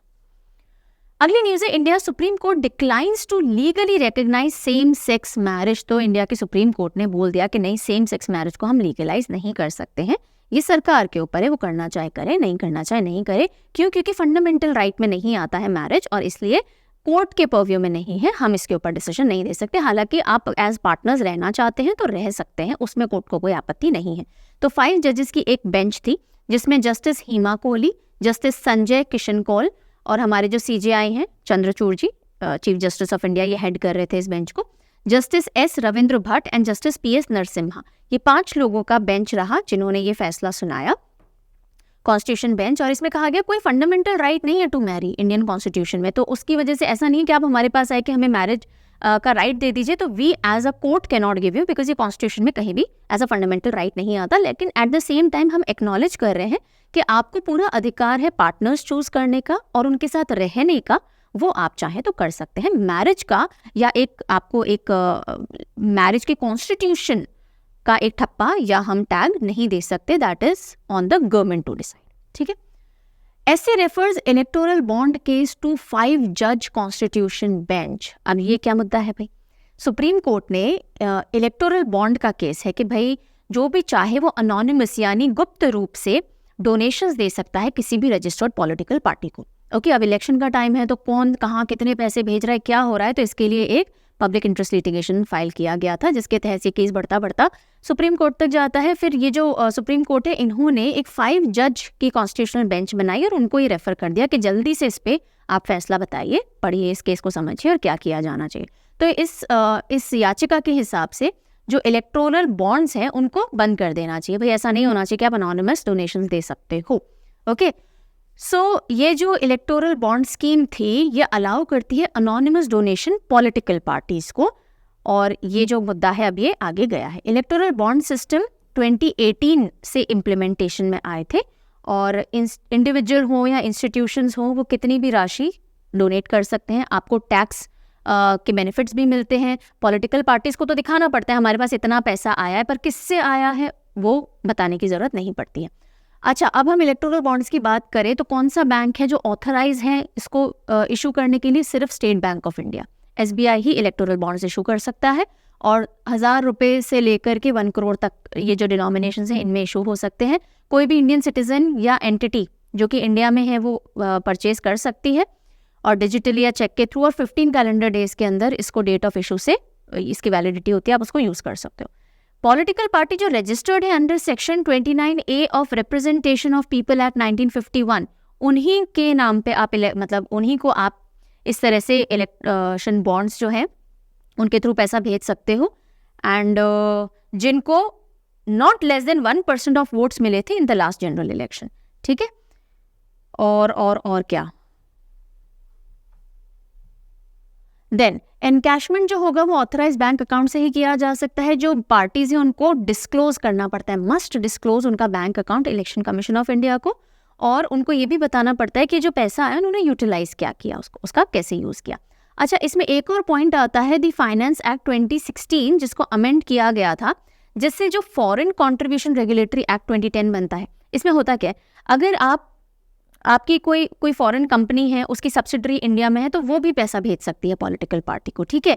तो foreign companies with subsidiaries in India वो पॉलिटिकल पार्टी को फंड कर सकती हैं। तो यानी यहाँ की इंडियन पॉलिटिक्स हमारे इंटरनेशनल लॉबीज जो होते हैं, यानी जिन्होंने यहाँ का धन वहाँ रख रखा है, वहाँ से फिर वो यहाँ पॉलिटिकल पार्टी को फंडिंग कर रहे हैं।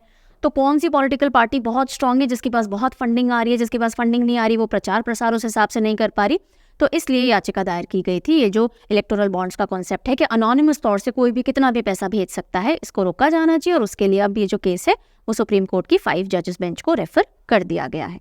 और इसके ऊपर ये क्यों किया गया कि भाई जल्दी फैसला दीजिए इलेक्शन से पहले। ओके, इस तरह का प्रेशर आ रहा है। Next news, BIS approves India's first ever indigenous AC and DC combined charging connector standard। अब BIS क्या है? BIS है ब्यूरो ऑफ इंडियन स्टैंडर्ड्स, ठीक है। तो पहली बार हमने AC-DC चार्जिंग होती है ना, सो AC-DC चार्जिंग का जो कंबाइंड चार्जिंग स्टैंडर्ड्स हैं, तो वो हम इंडिया में पहली बार हमने, ऐसे समझो इसको, पहली बार हमने इंडिया में AC and DC combined charging connectors बनाए और उसकी गुणवत्ता को, उसकी क्वालिटी को अप्रूवल मिल गया है BIS से। बस इतनी सी बात है, ठीक है जी।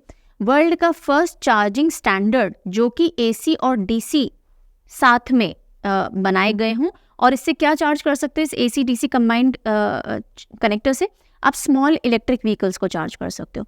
तो ये दुनिया में पहली बार बना है जिसमें AC-DC दोनों ऑप्शंस हैं कंबाइन किए हुए, चार्जिंग पॉइंट्स या स्टेशंस हैं या क्या कहेंगे, कनेक्टर है, जिससे आप स्मॉल EVs चार्ज कर सकते हो, और उसको अप्रूवल मिल गया BIS का। तो BIS के बारे में बता रखा है, 2016 BIS एक्ट के तहत ये बना था। और अगर कोई भी चीज़ जो आपने बनाई है, अगर BIS की गुणवत्ता पे खरी नहीं उतरती, तो या तो उसको इम्प्रूव करने के लिए भेज दिया जाता है या फिर वो मार्केट में नहीं उतारा जाता फॉर सेल, ठीक है। तो इंपॉर्टेंट पॉइंट है इस स्टैंडर्ड पे खरे उतरना। Know your candidate mobile app कौन लॉन्च करेगा? KYC, know your candidate mobile app election commission launch करेगा जी, बिल्कुल। तो इलेक्शन कमीशन ऑफ इंडिया ने एक डेडिकेटेड मोबाइल ऐप लॉन्च की है, नो योर कैंडिडेट, जिसके तहत भाई आपके जो भी वहाँ से दावेदार खड़े हो रहे हैं, आप उनकी क्रिमिनल हिस्ट्री देख सकते हो, उनके सारे रिकॉर्ड्स कैंडिडेट के उस ऐप से आप देख सकते हो, क्या क्या करके आए हैं अभी तक, ठीक है। बस इतनी सी बात है इसमें आज के आज। जोमेटो और IRCTC ने मिला लिया है हाथ। तो अभी आप घर बैठे जोमेटो ऑर्डर करते हो, मैं भी बहुत करती हूँ, नहीं करना चाहिए, मैं प्रमोट नहीं कर रही हूँ बिल्कुल जोमेटो को, इन्होंने मेरे को कोई पेड प्रमोशन नहीं दिया है। सो IRCTC जो है, उन्होंने और जोमेटो ने हाथ मिला लिया है कि आप पहले से अपने ऑर्डर भी दे सकते हो और जोमेटो आपको ट्रेन पर डिलीवरी दे करके जाएगा। तो अब आपके पास एक बड़ा मेन्यू ऑप्शन हो जाएगा, ठीक है। सो IRCTC partners with Zomato for delivery of pre booked meals, पहले से बुक जो आपने कर रखे हैं। ऐसा नहीं ट्रेन में बैठ गए अब हम बुकिंग कर रहे हैं, ट्रेन थोड़ी ना रुकेगी हमारे लिए। तो हमने पहले से अगर बुकिंग कर रखी है, आप ट्रेन में बैठे हैं, तो आपको सेट स्टेशन पे खाना पहुंचा देंगे। तो अभी तक आप अलग अलग केटरर्स से करते थे, अब उन्होंने जोमेटो से टाई अप कर लिया है। 5 रेलवे स्टेशन हैं जहाँ पे अभी ये शुरुआत की गई है केटरिंग पोर्टल की, न्यू दिल्ली, लखनऊ, कानपुर, प्रयागराज और Varanasi. Amuls be more milk, थोड़ा दूध के जैसा बनो, है ना, न्यूट्रल, ऐसा नहीं कि बहुत रंग लिए हुए है या किसी को अच्छा लगता है किसी को नहीं लगता, शुद्ध है, सौम्य है, न्यूट्रल है, तो इस तरह से दूध की तरह बनिए। अमूल्स बी मोर मिल्क, ये जो कैंपेन है ये ग्लोबल चली गई है, क्यों? क्योंकि टाइम्स स्क्वायर पे इसका जो छोटा सा क्लिप है वो डिस्प्ले में लगाया गया। तो बस इतनी सी न्यूज़ है कि बी मोर मिल्क कैंपेन किसकी है? अमूल की है, ठीक है। सो नेचुरली रिफ्रेशिंग इसका एसेंस है, मिल्क की जो क्वालिटीज़ है अपने अंदर लेकर के आइए, फ्रेश रहिए। एथिक्स कमेटी ऑफ लोकसभा, अब देखें न्यूज़ बनती है कि जो महुआ मित्रा हैं उनको उनकी जो कंप्लेंट है वो एथिक्स कमेटी को, लोकसभा एथिक्स कमेटी को भेज दी गई है कि उनके बिजनेसमैन से गिफ्ट्स आते हैं और उसके चक्कर में वो पार्लियामेंट में बैठ करके ऐसे मुद्दे उठाती हैं जो वो बिजनेसमैन लोग चाहते हैं कि आप उठाएं, ठीक है। ऐसा इनके ऊपर एक आरोप लगा और इनका जो केस था वो लोकसभा कमेटी को भेज दिया गया। अब हमारे लिए ये इंसान और इनके केस को डिस्कस करना ज़रूरी नहीं है एग्जाम पर्सपेक्टिव से कि अच्छा महुआ मित्रा के साथ में क्या हुआ, फिर उनको क्या कहा गया, फिर इन्होंने क्या कहा। नॉट एट ऑल, ये सिर्फ गॉसिप है, ये पॉलिटिकल गॉसिप है। गॉसिप इन द सेंस मैं ये नहीं कह रही हूँ सच है या झूठ है, नहीं, लेकिन हमारे लिए as a student, as a tutor ये गॉसिप है। हम किसी और की बात करें जो हमारे लिए रेलिवेंट ही नहीं है। तो जब भी आप कभी करंट अफेयर पढ़ते हो, जो भी चैनल्स आप फॉलो करते हो, be very wise in choosing आपको पढ़ना क्या है। इस तरह के मुद्दे नहीं पढ़ने, लेकिन इन मुद्दों से निकला एक पॉइंट कि ये एथिक्स कमेटी क्या होती है लोकसभा की, ये पूछा जा सकता है। महुआ मित्रा को छोड़ दीजिए, एथिक्स कमेटी ऑफ लोकसभा समझिए, ठीक है। अब एग्जामिनर क्या हो, जो अलग अलग चैनल्स क्या कर रहे हैं, इनकी जीवनी बता रहे, इन्होंने क्या पढ़ाई की है, इन्होंने क्या किया, not at all needed, rubbish. आ जाओ यहाँ पे। So ethics committee of Lok Sabha, Rajya Sabha की लोकसभा की एक एथिक्स कमेटी होती है, और कोई भी ऐसे मुद्दे होते हैं जो ग्रेव डिसिप्लिन से रिलेटेड हो सकते हैं, वो वहां पे रेफर किए जाते हैं। तो रिसेंटली न्यूज में लोकसभा स्पीकर जो हैं, उन्होंने एक कंप्लेन, जो कि एक सिटिंग मेंबर ऑफ पार्लियामेंट, जो मेंबर पार्लियामेंट की अभी भी हैं, उनकी हाउस एथिक्स कमेटी को भेजी है। कंप्लेन एक एविडेंस पे बेस्ड है, जिसमें कि बताया जा रहा है कि उन्होंने ब्राइब या रिश्वत ली है किसी बिजनेसमैन से, तो उस अक्यूज के चलते ये कंप्लेन ऊपर पहुंची है। तो each house of parliament has its own ethics committee number 1, ठीक है। लोकसभा एथिक्स कमेटी एग्जामिन करती है अनएथिकल कॉन्डक्ट, जो भी लोकसभा मेंबर्स हैं उनसे रिलेटेड अगर उनके पास कंप्लेन आती है तो। अब लोकसभा एथिक्स कमेटी की अगर हम बात करें तो 2000 में बनी थी। राज्यसभा एथिक्स कमेटी की बात करें तो 1997 में बनी थी। साथ के साथ पढ़ते चलते हैं। कॉम्पोजिशन, लोकसभा एथिक्स कमेटी में 15 मेंबर से ज्यादा नहीं हो सकते और उनको स्पीकर नॉमिनेट करता है। राज्यसभा एथिक्स कमेटी में 10 मेंबर से ज्यादा नहीं हो सकते और उनको चेयरमैन ऑफ राज्यसभा नॉमिनेट करता है, ठीक है। देन जो टर्म है यहाँ पे एथिक्स कमेटी की, जो पूरे मेंबर्स हैं 1 साल तक वो रह सकते हैं, और यहाँ पे भी 1 साल तक वो रह सकते हैं। फंक्शन क्या है, मॉरल एथिकल कंडक्ट जो होता है मेंबर्स का, उनको एग्जामिन करेंगे, उसके बेसिस पे अपनी रिपोर्ट देंगे और उस हिसाब से एक्शंस लिए जाने हैं। आ जाइए जी, आपसे जो मैंने किक स्टार्ट क्वेश्चन पूछा, सोमेश्वरा इंस्क्रिप्शन। सो ये जो इंस्क्रिप्शन है ये अलुपा डायनेस्टी से रिलेटेड है। कौन सी डायनेस्टी? अलुपा डायनेस्टी से रिलेटेड। तो आर्कियोलॉजिस्ट जो हैं उन्होंने ये अभी खुदाई में निकाला है, और ये जो आपको दिख रहा है कुछ कुछ लिखा हुआ, ठीक है, दिस इज इंस्क्रिप्शन, जिसे हम शिलालेख कहते हैं, पत्थर या चट्टान के ऊपर जो लिखाई की जाती है। तो ये सोमेश्वर नियर मंगलुरु कर्नाटका से ये पाया गया है और बहुत सिग्निफिकेंट है तुलुवा हिस्ट्री और कल्चर को जानने के लिए। जो तुलु हिस्ट्री और कल्चर है उससे रिलेटेड कुछ और नई जानकारी हमको इस इंस्क्रिप्शन से। शिलालेख क्या करते हैं, वो उस समय के होते हैं। जैसे अलुपा डायनेस्टी का है तो उस समय क्या चलता होगा, नहीं चलता होगा, वो कुछ ना कुछ वहाँ लिखा हुआ पाया गया होगा, उससे हमें आइडिया लगेगा उस समय कल्चर कैसा होता था, ठीक है। सो इंस्क्रिप्शन जो है वो कन्नड़ में लिखे गए हैं। 12th सेंचुरी के कैरेक्टर्स हैं जो कि डेथ ऑफ अलुपेंद्र I अनाउंस कर रहे हैं, और यहाँ पे जो किंग है वो भी देखे जा सकते हैं। और किंग कौन है? कुलशेखरा अलुपेंद्र हिमसेल्फ। प्रधानमंत्री अनुसूचित जाति अभ्युदय योजना PM Ajay is a merged scheme of 3 centrally sponsored scheme. तो 3 सेंट्रली स्पॉन्सर्ड स्कीम थी जिनको मर्ज करके पीएम अजय बनाई गई। पीएम AJAY अनुसूचित जाति अभ्युदय योजना। अनुसूचित जाति जो है उसका अभ्युदय यानी उसका इमेंसिपेशन। और वो कौन सी 3 सेंट्रली स्पॉन्सर्ड स्कीम्स है जिनको मिक्स किया गया? Special central assistance to scheduled caste sub plan, Pradhanmantri Adarsh Gram Yojana, बाबू जगजीवन राम छात्रावास योजना। इन तीनों को मिक्स करके पीएम अजय बनी है एक। प्रधानमंत्री अनुसूचित जाति अभ्युदय योजना के बारे में देख लेते हैं। 3 सेंट्रली स्पॉन्सर्ड स्कीम्स को मिक्स किया है। ये अभी हमने तीनों पढ़ी है। ये 2021-22 से इम्प्लीमेंटेशन में है, क्योंकि न्यूज में आई हम वापस पढ़ रहे हैं। और 28 स्टेट्स और यूनियन टेरिटरी में इसको ऑलरेडी इम्प्लीमेंट किया गया है। मेन एम क्या है, जैसे कि आप देख सकते हो, अनुसूचित जाति यानी शेड्यूल कास्ट का अभ्युदय यानी उनकी पॉवर्टी रिड्यूस कीजिए, उनको इमेंसिपेट कीजिए, इसके लिए ये स्कीम वर्क करती है। Primary objective like I told you वही है। उसी के साथ साथ उनके लिए स्किल डेवलपमेंट हो गया, उनके लिए अर्निंग अपॉर्चुनिटीज़ बढ़ाना, ये भी इसका काम है। सो creating additional employment opportunities, skill development, ऐसे इनिशिएटिव्स जिनसे कि उनका लाइफ थोड़ा बेटर हो सके, और सोशो इकोनॉमिक डेवलपमेंट करना तो है ही है, ठीक है। कुछ स्टेट्स यूनियन टेरिटरीज हैं जहाँ पे ये स्कीम कवर नहीं होती। अब ये न्यूज़ के अंदर रहा, अरुणाचल, नागालैंड, मेघालय, मिजोरम, और ये तो स्टेट्स हो गए। और यूटीज कौन सी हैं? अंडमान निकोबार, दादरा नगर हवेली, दमन एंड दीव, लक्षद्वीप एंड लद्दाख। यहाँ पे ये कवर नहीं की जाती है। इंडिया और भारत, अब देखिए ये पहले भी न्यूज़ में आया जब हमने G20 समिट होस्ट किया था।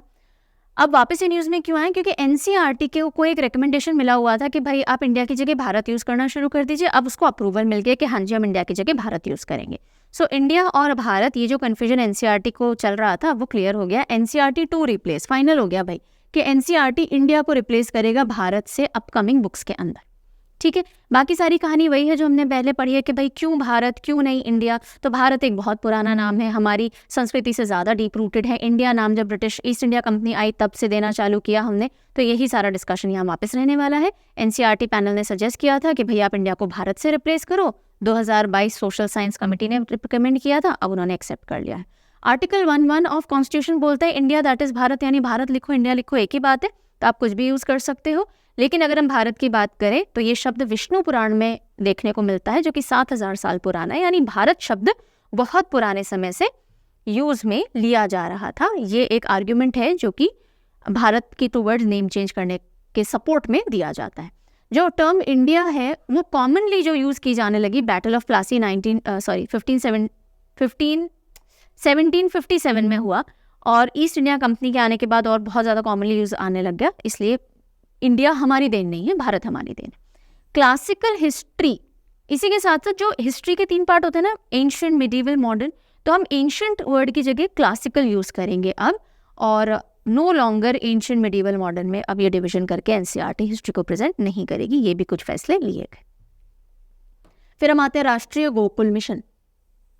राष्ट्रीय गोकुल मिशन किससे रिलेटेड है? इंडिजिनस ब्रीड्स जो होती हैं मवेशियों की, जो दूध वगैरह देते हैं, है ना, या जो कैटल ब्रीड होती है, उसकी इंडिजिनस वेराइटीज जो इंडिया के लिए नेटिव हैं, क्योंकि वो वेदर से बहुत ज़्यादा अडेप्ट होती हैं, वो ज़्यादा बीमार नहीं होती, उनका जो मिल्क भी आएगा या फिर उनकी जो भी यूटिलिटी रहेगी उस कैटल की वो बेटर रहेगी। तो उसको ज़्यादा बढ़ावा देने के लिए आप ऐसे कैटल्स, ऐसे मवेशियों को ज़्यादा पालिए। तो उसके लिए राष्ट्रीय गोकुल मिशन है। गिर इंडिजिनस काउ ब्रीड, इसको प्रमोट किया जा रहा है राष्ट्रीय गोकुल मिशन में। गिर एक इंडिजिनस काउ ब्रीड है। कहाँ की है भाई बताओ? पूछ लो क्वेश्चन आपसे। गिर कौन से कैटल की ब्रीड है और यूजुअली कौन से स्टेट्स में पाई जाती? जल्दी से बताइए मुझे। बहुत देर से कोई क्वेश्चन नहीं पूछा, मुझे नहीं पता आप जगे हो या सो चुके हो अब तक। चलिए, development and conservation of indigenous bovine. Bovine का मतलब कैटल ग्रुप के एनिमल्स आते हैं, जिनके अंदर बफेलो भी आ जाएगी, काउ तो आती है ना, तो बोवाइन ये हो जाते हैं। बुलक्स हम क्या बोलते हैं उसको? बैल, सांड, बैल भी आ जाएगा। सो दिसंबर 2014 से ये जो राष्ट्रीय गोकुल मिशन है ये चल रहा है, और ये अंडर एक अम्ब्रेला स्कीम आता है। अम्ब्रेला स्कीम एक बड़ी स्कीम है, उसके तहत बहुत सारी स्कीम और छोटी छोटी चलाई जा रही होती है। तो अम्ब्रेला स्कीम कौन सी है? राष्ट्रीय पशुधन विकास योजना। तो राष्ट्रीय पशुधन विकास योजना ये अम्ब्रेला स्कीम है, इसके तहत राष्ट्रीय गोकुल मिशन आता है। और मेन काम यही है इनका कि जो प्रोडक्टिविटी है बोवाइन की, उनका मिल्क प्रोडक्शन हो वो बढ़ाना, और उनको आप ज़्यादा पालिए। That is it. Then CBSE develops Vidya Samiksha software सागर से सारांश। सागर से सारांश तो बेसिकली डिसीजन मेकिंग को आसान बनाने के लिए जितने भी सीबीएसई स्कूल्स हैं वो क्या क्या प्रोजेक्ट चला रहे नहीं चला रहे, वो सारे एक जगह पे आएंगे। तो बहुत सारा सागर होगा इन्फॉर्मेशन का, उसमें से आप सारांश यानी कुछ ना कुछ इंटरप्रिटेशन निकालोगे ताकि आप डिसीजन मेकिंग ले सको। ठीक है, तो सागर से सारांश ये विद्या समीक्षा सॉफ्टवेयर है जो कि सीबीएसई ने डेवलप किया है, right. Data based decision making को एम्पलीफाई यानी बढ़ाने के लिए, एम्पलीफाई करना ये होता है। सो मोर देन 28,000 सीबीएसई स्कूल्स और स्टूडेंट्स और उनकी फीडबैक वो सब एक जगह पे दर्ज किए जाएंगे, उससे फिर सारांश निकाल के डिसीजन मेकिंग की जाएगी। So effective analysis of academics को एनरिच करने के लिए जो भी प्रोग्राम्स आप चला रहे हो, जो भी कुछ कर रहे हो, वो सब आप यहाँ पे डालोगे, उस डेटा को यूज किया जाएगा। नेशनल डिजिटल एजुकेशन आर्किटेक्चर जो कि लॉन्च किया गया था पीएम मोदी द्वारा 2021 में, उसी की कंप्लायंस यानी उसी के पैरामीटर्स को ध्यान में रखते हुए सॉफ्टवेयर को डेवलप किया गया है। ठीक है, चीज़ों को डिजिटलाइज करना है हमको। BPRD to conduct 5G hackathon विमर्श 2023। तो विमर्श 2023 क्या है पूछा जा सकता है ना। विमर्श 2023 क्या था? ये एक हैकाथॉन था। हैकाथॉन जो कि किसने कंडक्ट किया? 5G हैकाथॉन बेसिकली, कि 5G टेक्नोलॉजी को हम कैसे कैसे और यूज़ कर सकते हैं, उसको और कैसे हैक कर सकते हैं, यानी कि कैसे अपने यूज़ में ला सकते हैं। किसके यूज़ में? जो हमारा पुलिस डिपार्टमेंट है। बीपीआरडी क्या है? Bureau of Police Research and Development. तो Bureau of Police Research and Development कैसे 5G टेक्नोलॉजी को अपने वर्क को और स्मूथ और एनहांस करने के लिए यूज़ करे, उसके लिए 5G हैकाथॉन विमर्श कंडक्ट करवाया गया। गोल था आइडेंटिफाइंग इनोवेटिव टूल्स, ताकि अपने यूटिलाइजेशन जो है 5G कैसे कैसे यूज़ करो और 5G को अच्छे से यूज़ करो, ठीक है, ताकि उसको ईजिली हैक नहीं किया जा सकता। दूसरे आप इसमें जो भी कमियां अभी निकाल दीजिए ताकि आपको बाद में सिक्योरिटी कंसर्न्स ना हो। ये दोनों ही ट्विन ऑब्जेक्टिव के साथ में इसको ऑर्गेनाइज किया गया। प्रधानमंत्री मातृ वंदना योजना 2.0, PMMVY 2.0, 2.0 भी बोलते हैं इसको, ठीक है। तो प्रधानमंत्री मातृ वंदना योजना 2.0 क्या है? अब उससे पहले हमको समझना जरूरी है प्रधानमंत्री मातृ वंदना योजना क्या है। तो मातृ वंदना योजना है, ठीक है, मातृ को वंदन कर रहे हो, यानी आप मेटर्निटी के टाइम पे कुछ ना कुछ बेनिफिट दे रहे होगे एक्सपेक्टिंग मदर या रिसेंटली डिलीवर्ड जिन्होंने किया है। तो पहली चीज़ तो ये 2017 से ये चल रही है, सेंट्रली स्पॉन्सर्ड स्कीम है जो कि ministry of women and child development के अंदर आती है। कैश बेनिफिट दिया जाता है 5,000 रुपये का 2 इंस्टॉलमेंट में, जो भी जिस भी मेटर्निटी बेनिफिट समझ लीजिए, यानी अभी आपने एक बेबी को बर्थ दी है तो आपको 5,000 रुपये डिस्ट्रीब्यूट किए जाएंगे 2 इंस्टॉलमेंट के अंदर। ये है PMMVY योजना, ठीक है, यहाँ तक समझ में आ गया, सेंट्रल स्पॉन्सर्ड स्कीम है। अब 2.0 के तहत क्या हुआ, अगर आपका सेकंड चाइल्ड है और वो गर्ल है, ठीक है, अगर आपकी सेकंड गर्ल चाइल्ड है तो आपको 6,000 रुपये और दिए जाएंगे, राइट। अब इस इनिशिएटिव का क्या सेंस निकला? सेंस ये निकला कि भाई जो फीमेल फीटिसाइड होती है कि अच्छा भाई पहली लड़की थी दूसरी भी लड़की होगी तो नहीं, हमें तो नहीं चाहिए एंड ऑल दैट। तो सेकंड गर्ल चाइल्ड अगर आपकी है तो आपको 6,000 रुपीज सिंगल इंस्टॉलमेंट में following the birth of second girl child मिलेगी। ये है PMMVY 2.0, ठीक है जी। भारत टेक्स 2024, TEX, टेक्स किसके लिए? टेक्सटाइल के लिए, टेक्सटाइल। सो यहाँ देखो भारत टेक्स का poster, world's biggest textile event in India अभी नहीं है, ये फरवरी के अंदर होगा और इसके अंदर 40 देश से भी ज़्यादा कंट्रीज पार्टिसिपेट करेंगे और मेजर ग्लोबल टेक्सटाइल जो होंगे वो एक ही रूफ के अंदर देखने को मिलेंगे, दैट इज़ भारत टेक्स 2024। सो इसके अंदर लाइक आई टोल्ड यू 40 से भी ज़्यादा कंट्रीज आएंगे और जो हमारी जो एंटायर टेक्सटाइल इंडस्ट्री की वैल्यू चेन है, कैसे वर्क करता है, क्या होता है नहीं होता है, हमारी जो कल्चरल हेरिटेज है, जो हमारे टेक्सटाइल ट्रेडिशंस है और साथ ही साथ जो हमने टेक्नोलॉजिकल एडवांसमेंट किए हैं टेक्सटाइल के अंदर, उन सब का शोकेस यहाँ किया जाना है। उसमें इंडिया की जो 5F विजन है, ओके, टेक्सटाइल पार्क्स जैसे हम लोग स्टैब्लिश कर रहे हैं ना 5F विजन के ऊपर ही, farm to fibre to factory to fashion to foreign. तो फार्म से सीधे फॉरेन तक हमारा टेक्सटाइल पहुंचे, इसके लिए क्या क्या हमारा पूरा सिस्टम है उन सब का डिस्प्ले किया जाना है। यूनियन मिनिस्टर जो पीयूष गोयल हैं उन्होंने इसके लिए एक वेबसाइट भी लॉन्च की है, कस्तूरी कॉटन भारत। इस ओकेजन पे बेसिकली कस्तूरी कॉटन भारत एक और वेबसाइट भी लॉन्च हुई है जो कि ministry of textile and Cotton Corporation of India दोनों की मिलीजुली पहल है। Government to invest 30,000 crore to expand crop insurance portal coverage. So जो क्रॉप इंश्योरेंस पोर्टल है जिसमें कि आप अपनी जो क्रॉप है उसको इंश्योर करवा सकते हो, उस पोर्टल को और एडवांस करने के लिए और उसमें क्रॉप से आगे बढ़ करके और चीज़ों की इंश्योरेंस कवरेज को भी शामिल करने के लिए 30,000 करोड़ रुपीज़ जो है, not 30,000 rupees, 30,000 crore rupees government लगाएगी। अब और कौन सी चीज़ें इसके अंदर शामिल की जाएंगी, जैसे कि आपके पॉन्ड्स हो गए, उसके अलावा अगर आप हॉर्टिकल्चर कर रहे हो, हम कहाँ पहुँच गए भाई, हाँ ये रहा ना, ponds, tractors, livestock, palm trees, ये सारी चीज़ें भी इसके अंदर इंश्योर की जाएंगी।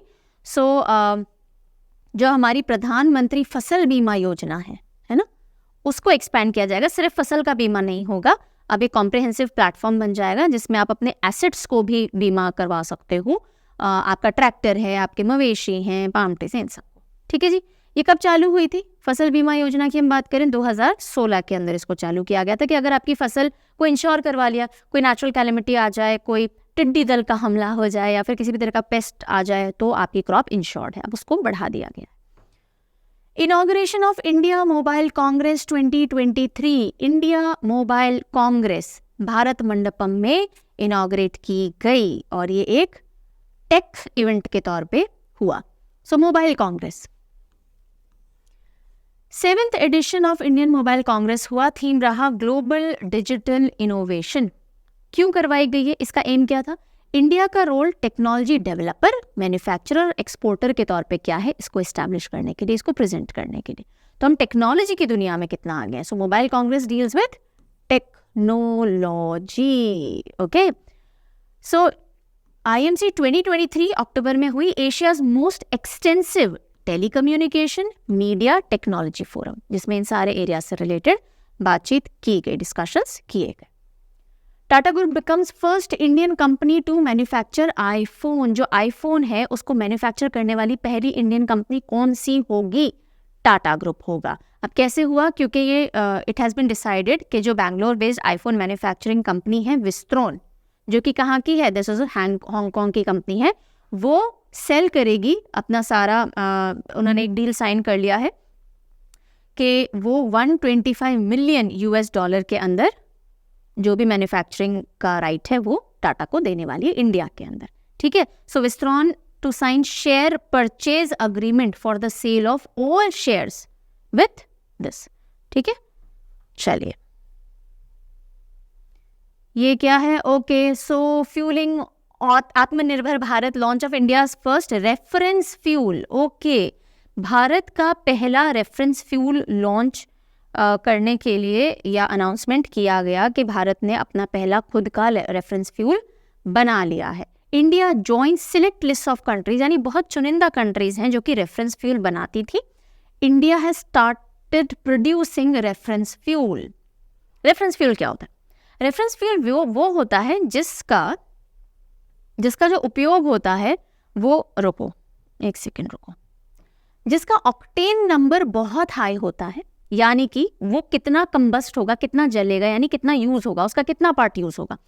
सो उसका कंबस्टिबल जो ऑक्टेन नंबर होता है वो बहुत हाई होता है और इस वजह से वो टेस्टिंग के काम आता है। जब आप ऑटोमोबाइल्स वगैरह बनाते हो, गाड़ियां बनाते हो, तो उनकी एफिशिएंसी चेक करने के लिए जो फ्यूल डाला जाता है ना, वो नॉर्मल पेट्रोल डीजल नहीं होता, बिकॉज ये बहुत अच्छी ऑक्टेन नंबर वाले नहीं होते हैं, ये हाई एफिशिएंसी फ्यूल्स नहीं होते, इनमें कचरा बहुत होता है। ठीक है, ऐसे समझो, रेजिड्यू बहुत होता है। तो जिनमें रेजिड्यू कम होगा, जो बहुत हाई एफिशिएंसी वाले फ्यूल्स होंगे, उनको यूज किया जाता है टेस्टिंग में। उसको कहते हैं हम, क्या कहते हैं जी? उसको हम कहते हैं रेफरेंस फ्यूल या रेफरेंस ग्रेड का फ्यूल। तो देखो, जब आप पेट्रोल पंप पे जाते हो, एक तो रेगुलर पेट्रोल या डीजल भरवाते हो, रेगुलर पेट्रोल, उसका ऑक्टेन नंबर रेगुलर फ्यूल का 87 होता है। एक प्रीमियम पेट्रोल भी आता है ना, थोड़ा महंगा होता है, लेकिन आपकी गाड़ी अच्छा परफॉर्म करेगी, उसका ऑक्टेन नंबर 91 है, यानी ये फ्यूल ज़्यादा कंबस्ट करेगा, यानी ये ज़्यादा एफिशिएंसी देगा, कम फ्यूल में आपकी गाड़ी ज़्यादा चलेगी। और फिर आता है एक रेफरेंस ग्रेड का फ्यूल जिसका 97 ऑक्टेन नंबर होता है। ऑक्टेन नंबर मतलब कितना कंबस्शन की क्वालिटी रखता है। तो अब इंडिया अभी तक तो इम्पोर्ट करता था साहब, ठीक है, अब हमने आत्मनिर्भर भारत के टुवर्ड्स एक स्ट्रॉन्ग स्टेप लिया है। अब हम अपना खुद का रेफरेंस पेट्रोल और डीजल बनाएंगे। कहाँ? कौन? IOC, इंडियन ऑयल कॉरपोरेशन है, उसने ये टेक्नोलॉजी डेवलप की है। सो किसने डेवलप की है? IOC ने की है। अब IOC की जो पारादीप रिफाइनरी है ओडिशा में, वहाँ तो पेट्रोल इस ग्रेड का बनेगा, और जो पानीपत यूनिट है हरियाणा में, वहाँ पे इस ग्रेड का डीजल बनेगा। ठीक है जी। अच्छा, जो हम रेफरेंस फ्यूल इंपोर्ट करते थे ना, ये फ्यूल महंगा भी बहुत आता है ऑब्वियसली, क्योंकि इसकी क्वालिटी इतनी सुप्रीम है। तो 8 to 850 पर लीटर, जबकि नॉर्मल 90 से 96 होता है। ये 800 से 850 पर लीटर रेगुलर पेट्रोल, और अगर आप रेफरेंस ग्रेड की बात करो तो। ठीक है जी, चलो। ऑटोमेटिक स्टेटस होल्डर सर्टिफिकेट्स किसके लिए? एक्सपोर्टर्स के लिए। So union commerce and industry minister Piyush Goyal ji ने ये अनाउंस किया कि भाई हम एक ऑटोमेटिक स्टेटस होल्डर सर्टिफिकेट ला रहे हैं फॉरेन ट्रेड पॉलिसी 2020 के तहत, जिसमें अब एक्सपोर्टर को अप्लाई नहीं करना पड़ेगा कि मुझे एक्सपोर्टर का स्टेटस दे दो या वो सर्टिफिकेट दे दो कि हाँ भाई मैं एक्सपोर्टर हूँ। आपने ऑलरेडी देखा, मैंने एक्सपोर्ट किया है तो हर साल मुझे वापस से वो सर्टिफिकेट इशू ना करवाना पड़े, उसके लिए एप्लीकेशन ना देना पड़े। तो status holder certificate foreign trade policy के तहत मिल जाएगा ईच ईयर अगस्त के अंदर, जिससे क्या होगा, एनुअल एक्सपोर्ट फिगर्स जो आपके पिछले बार के रहे, उसी से जो डेटा है DGCIS ले लेगा और उसको पता लग जाएगा आपने एक्सपोर्ट किया है तो आप एक्सपोर्टर हुए, और आपको अगले साल के लिए भी सर्टिफिकेट इशू हो जाएगा। तो नीड एक्सपोर्टर की जो होती है ना कि बार बार आप अप्लाई करो स्टेटस सर्टिफिकेट के लिए कि आप अभी भी एक्सपोर्टर हो या नहीं हो, वो सब खत्म हो जाने वाली है, प्रोसेस थोड़ा स्मूदन हो जाएगा। तो ये डिटेल न्यूज़ तो हो गई, शॉर्ट न्यूज़ फटाफट से देख लेते हैं। Union minister of road transport highways कौन है भाई? नितिन गडकरी जी। उन्होंने एड्रेस किया, मिनिस्ट्रियल सेशन हुआ, यानी जितने भी रोड ट्रांसपोर्ट मिनिस्टर्स थे अलग अलग देशों के, वो आए थे। कहाँ पे? 27th वर्ल्ड रोड कांग्रेस हुई। सो 27th वर्ल्ड रोड कांग्रेस प्राग, चेक रिपब्लिक के अंदर हुई, उसमें नितिन गडकरी जी ने भी अपना एड्रेस दिया। फिर हम आते हैं union MSME minister micro small medium enterprises Narayan Tatu Rane. उन्होंने इनॉग्रेट किया खादी महोत्सव मुंबई के अंदर। खादी महोत्सव ना ऐसा नहीं कि सिर्फ मुंबई में हुआ, गुजरात के अंदर भी हुआ, पर ठीक है, ये इस पर बहुत ज़्यादा ध्यान देने की जरूरत नहीं है, छोड़ दो इसको, आ जाओ। फिर दिल्ली सीएम अरविंद केजरीवाल जी ने 15 point winter action plan launch किया है कि हम जो पोल्यूशन इश्यूज आते हैं विंटर सीजन के अंदर एयर पोल्यूशन के, उसको कैसे टैकल करेंगे। तो ये उनका 15 पॉइंटर रहा कि भाई जो स्टबल बर्निंग है वो पूसा बायोडिकम्पोजर के अंदर ही होगी, तो इसकी डिस्ट्रीब्यूशन करवाई गई। फिर डस्ट पोल्यूशन जो हो रहा है, एंटी स्मॉग गन्स मैंडेटरी कर दी गई हैं जो स्मॉग को हटाती रहेंगी। स्मोक और फॉग जब मिक्स होता है तो स्मॉग बनता है, तो हर 5000 स्क्वायर मीटर में ये लगेंगी। देन उसके अलावा वेहिकुलर पोल्यूशन को कंट्रोल करने के लिए जो भी 10 साल पुराने डीजल व्हीकल्स हैं, 15 साल पुराने पेट्रोल व्हीकल्स हैं, उनको अब बिल्कुल हटा दिया जाएगा। तो फायर क्रैकर्स पे बैन है, ठीक है, ग्रीन कवर बढ़ेगा। सो इस तरह की 15 पॉइंटर्स उन्होंने इशू किए हैं, ठीक है जी। चलिए आगे बढ़ते हैं। Then 4th edition of Indo Latin American cultural festival. So India और लैटिन अमेरिका हम किसको बोलते हैं? जो सेंट्रल अमेरिका और साउथ अमेरिका को मिला के हम लैटिन अमेरिका बोलते हैं। सो लैटिन अमेरिकन और इंडियन कल्चरल फेस्टिवल किसने ऑर्गेनाइज किया? Indian Council for Cultural Relations ने। इसका 4th एडिशन हुआ नई दिल्ली के अंदर और 3 कंट्रीज से आर्टिस्ट जो हैं वो आए। 3 countries, Colombia, Ecuador and Chile. INB minister यानी information and broadcasting minister Anurag Thakur, उन्होंने लॉन्च की एक एनिमेटेड सीरीज। उसका नाम क्या है? KTB भारत है हम, या कृष त्रिश बाल्टी बॉय भारत है हम। ये जो सीरीज है पर्टिकुलर बच्चों के लिए लॉन्च की गई है, जिससे कि वो फ्रीडम स्ट्रगल और फ्रीडम हीरोज जो रहे हैं उनके बारे में और जान सकें। फिर इंटरनेशनल ओलंपिक कमेटी और रिलायंस फाउंडेशन ने एक अग्रीमेंट साइन किया है, जिसके तहत एक ओलंपिक से रिलेटेड जो भी वैल्यूज़ हैं जो होनी चाहिए प्लेयर्स में, उससे रिलेटेड अवेयरनेस इंडिया में और बढ़ाई जाएगी, उसकी एजुकेशन दी जाएगी। और उस प्रोग्राम का नाम रखा गया ओलंपिक वैल्यू एजुकेशन प्रोग्राम। सो IOC और रिलायंस फाउंडेशन के बीच में ये अग्रीमेंट हुआ है। Union minister of tribal affairs जो नारायण तातुरानी जी, उन्होंने नेशनल ट्राइबल फेस्टिवल जो अभी हमने देखा था आदि महोत्सव, वो मुंबई में भी उन्होंने इनॉग्रेट किया था, और सेम चीज़ हम देख रहे हैं गुजरात के अंदर भी उन्होंने इनॉग्रेट किया। देन PM मोदी ने पेन डाउन की है एक गरबा सॉन्ग। पेन डाउन यानी लिखा है, एक गरबा सॉन्ग PM मोदी साहब ने लिखा है। उसका टाइटल क्या है या थीम क्या है? माड़ी। और इसको कंपोज किया है मीत ब्रदर्स ने, मनमीत सिंह एंड हरमीत सिंह। हाँ, तो जब PM मोदी साहब गाना लिखेंगे तो न्यूज़ बनेगी, है ना। चलिए। Union minister of Ayush, port, shipping and waterways कौन है? सर्बानंद सोनोवाल जी। इन्होंने अनवील किया एक मंथ लॉन्ग सेलिब्रेशन ड्राइव, जो कि किससे रिलेटेड होगा? मतलब आयुर्वेद से रिलेटेड होगा, हेल्थ से रिलेटेड। तो उन्होंने इसको अनवील या शुरू किया till 8th national Ayurvedic day, मतलब आयुर्वेद से रिलेटेड उन्होंने अनवील किया है।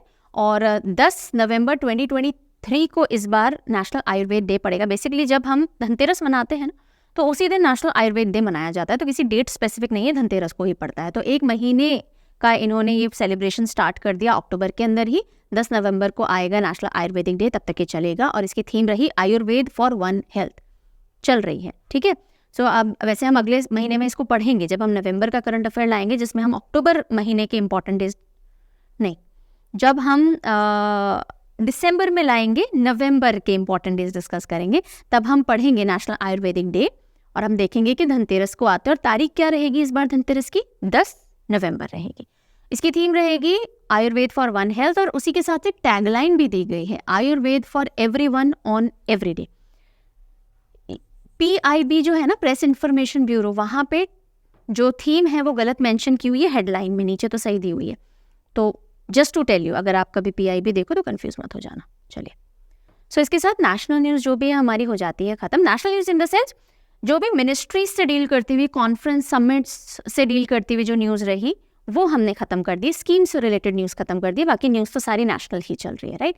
अब हम आते हैं बैंकिंग और फाइनेंस सेक्शन पे। ये भी नेशनल न्यूज़ है, बस ये बैंकिंग और फाइनेंस सेक्शन से रिलेटेड है। पहले हम फाइनेंस डिस्कस करेंगे, ताकि जो मेजॉरिटी बच्चे बैंकिंग के नहीं हैं वो यहीं पे वीडियो खत्म कर देंगे। फाइनेंस डील होते ही बैंकिंग वाले बच्चे लास्ट तक देख सकते हैं, ठीक है। चलिए, so centre approves 4% hike in DA for central government employees. Dearness allowance जो होता है, महंगाई भत्ता, वो 4% बढ़ा दिया गया है। सेंटर ने सेंट्रल गवर्नमेंट एम्प्लॉयज़ के लिए बढ़ाया, स्टेट गवर्नमेंट का अकॉर्डिंगली स्टेट डिसाइड कर सकती है। सो 4% हाइक मिल गया है। अब 46% हो गया है, पहले 42% था। और ये जुलाई 2023 से लागू हो जाएगा, यानी एरियर मिल जाएगा। 7th पे कमीशन जो है वो यूपीए गवर्नमेंट ने 28 फरवरी 2014 को लागू कर दी थी, 7th पे कमीशन, जिससे कि आपके सैलरीज वगैरह बढ़ गई थी।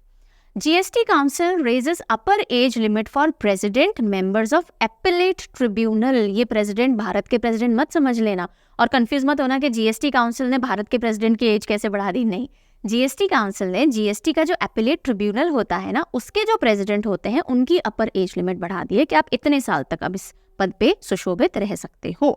You can serve on this position up till this age. What is that age? पहले 67 ईयर्स थी age, maximum age. President of goods and service tax appellate tribunal, अब वो बढ़ा करके 70 ईयर्स कर दी गई है। ठीक है, so GST council hikes age limit for appellate tribunals president. Member की अगर हम बात करें तो मेंबर पहले 65 ईयर्स ऑफ एज तक ऑफिस होल्ड कर सकते थे, अब 67 ईयर्स तक कर सकते हैं। Minimum age to be the president and members वो कितनी है? 50 ईयर्स।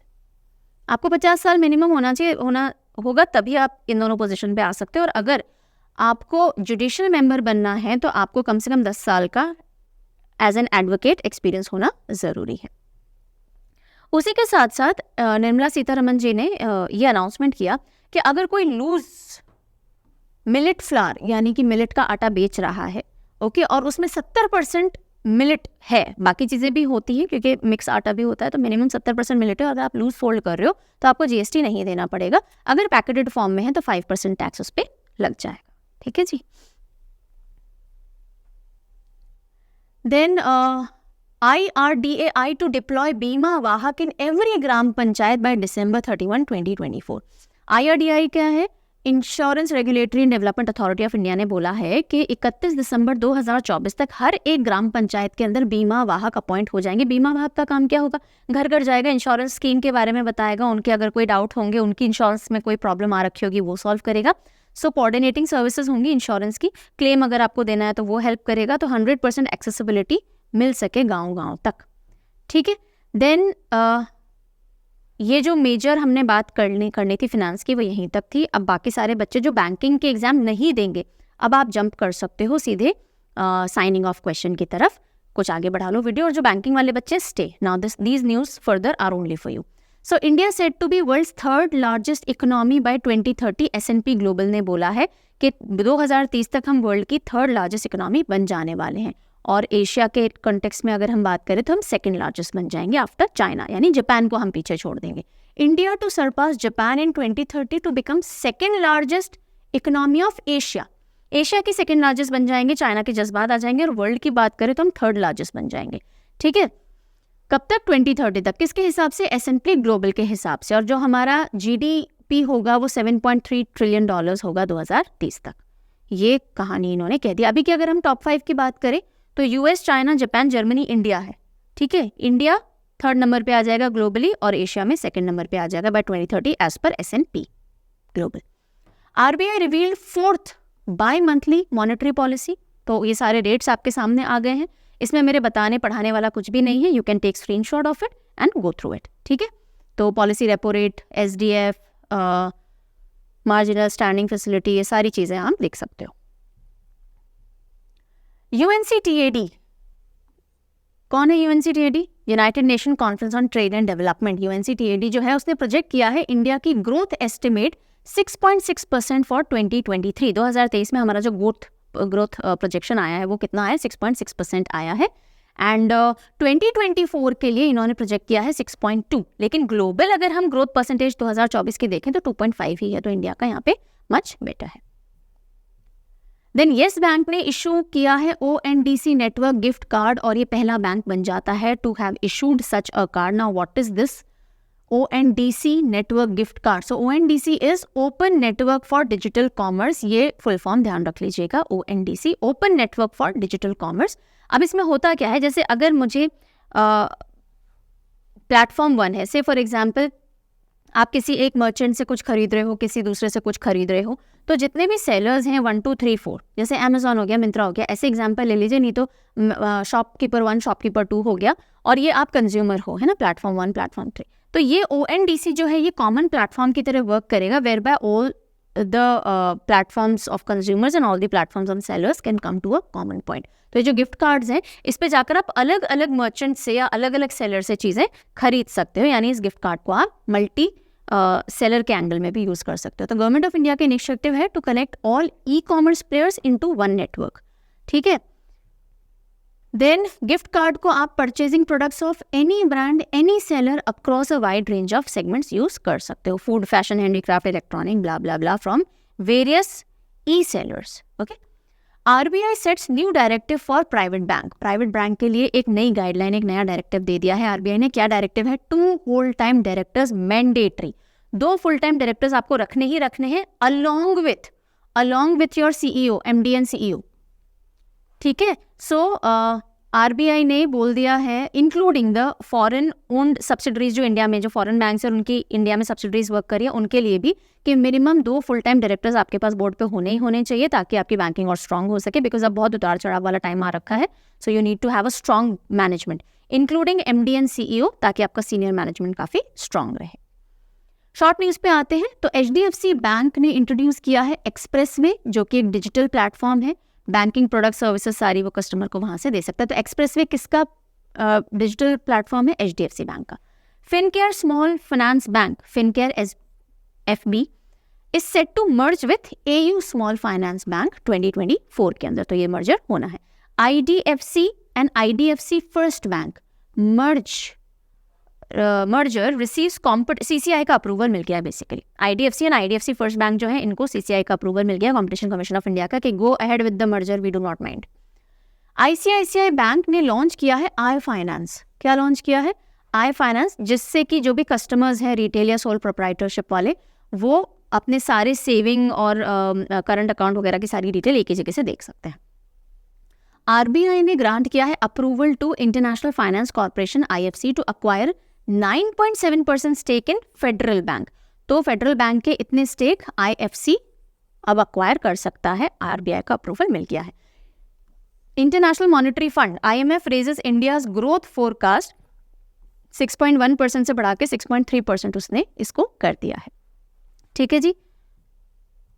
तो ये थे हमारे बैंकिंग रिलेटेड जो भी की पॉइंट्स हैं. बैंकिंग वाले स्टूडेंट्स को मैं हर बार बोलती हूँ, मैं वापस बोलूँगी कि आप बैंकिंग न्यूज़ यहाँ से तो फॉलो करते ही हो, पर यहाँ पे आपको सिर्फ ब्रीफ में सरफेस मिलेगा. बिकॉज ये जो करंट अफेयर्स है डेडिकेटेडली आपके लिए नहीं है, ये सभी एग्जामिनेशन को ध्यान में रख के बनाए गए. तो बाकी सारी न्यूज़ भी आपके काम की है. पर्टिकुलरली अगर बैंकिंग फाइनेंस से रिलेटेड और डेप्थ में न्यूज़ पढ़नी है तो पायल मैम डील करते हैं सेशन आपका वीकली मोड पे एवरी मंडे 4 PM. आपको उनकी प्लेलिस्ट अलग से मिल जाएगी, चैनल पे जाकर के देखिए, वहाँ से आप बैंकिंग फाइनेंस के करंट अफेयर्स पढ़िए. वीकली और मंथली वो कंपाइलेशन आपके लिए लेकर के आती हैं. ठीक है. चलिए, जाते जाते सभी के लिए एक साइनिंग ऑफ क्वेश्चन है. इसका आंसर आपको अगले दिन के वीडियो में, यानी नेक्स्ट वीडियो जो हम स्टेट न्यूज़ का लेंगे. स्टेट न्यूज़ ये नहीं है कि किसी पर्टिकुलर स्टेट के बच्चों के लिए काम के, नहीं, वो सारी नेशनल न्यूज़ ही है, लेकिन स्टेट वाइज कैटेगराइज कर दिए. जैसे अभी हम मिनिस्ट्री से रिलेटेड पढ़ रहे थे, कॉन्फ्रेंसेस वगैरह पढ़ रहे थे, वहाँ पे हम जीआई टैग्स पढ़ेंगे, जो भी प्रोजेक्ट्स हैं अलग अलग स्टेट में इंपॉर्टेंट चालू हुए हैं, कोई चीज़ पहली बार देश में हो रही है किसी स्टेट से जुड़ी हुई है, वो पढ़ेंगे. तो है तो वो national news, state wise categorise हमने उसको कर रखा है. ठीक है. तो वहाँ पे स्टेट से जुड़ी हुई स्कीम्स हो गई, जीआई टैग्स हो गए, प्रोजेक्ट्स हो गए, कुछ नया लॉन्च हुआ है, कोई स्टैच्यू अनवील हुई है. ओके, ये सारी चीज़ें हम पढ़ते हैं. सो साइनिंग ऑफ क्वेश्चन है आपके लिए. Which north eastern Indian state recently celebrated anthurium festival? कौन सा फेस्टिवल है? Anthurium festival to promote farmers, flowers and horticulture. हाल ही में किस उत्तर पूर्वी भारतीय राज्य ने किसानों, फूलों और बागवानी को बढ़ावा देने के लिए एंथोरियम महोत्सव मनाया? एंथोरियम फेस्टिवल कहाँ ऑब्जर्व किया गया? इन चारों में से जल्दी से आपको लिखना है. And this is all for today's this particular session. जल्दी ही मिलते हैं अगले सेशन में, जहाँ पे हम स्टेट वाइज कैटेगराइज करके न्यूज़ को पढ़ेंगे, ताकि सब अच्छे से स्टोर होगा. See you very soon. Take good care of yourself. Bye bye.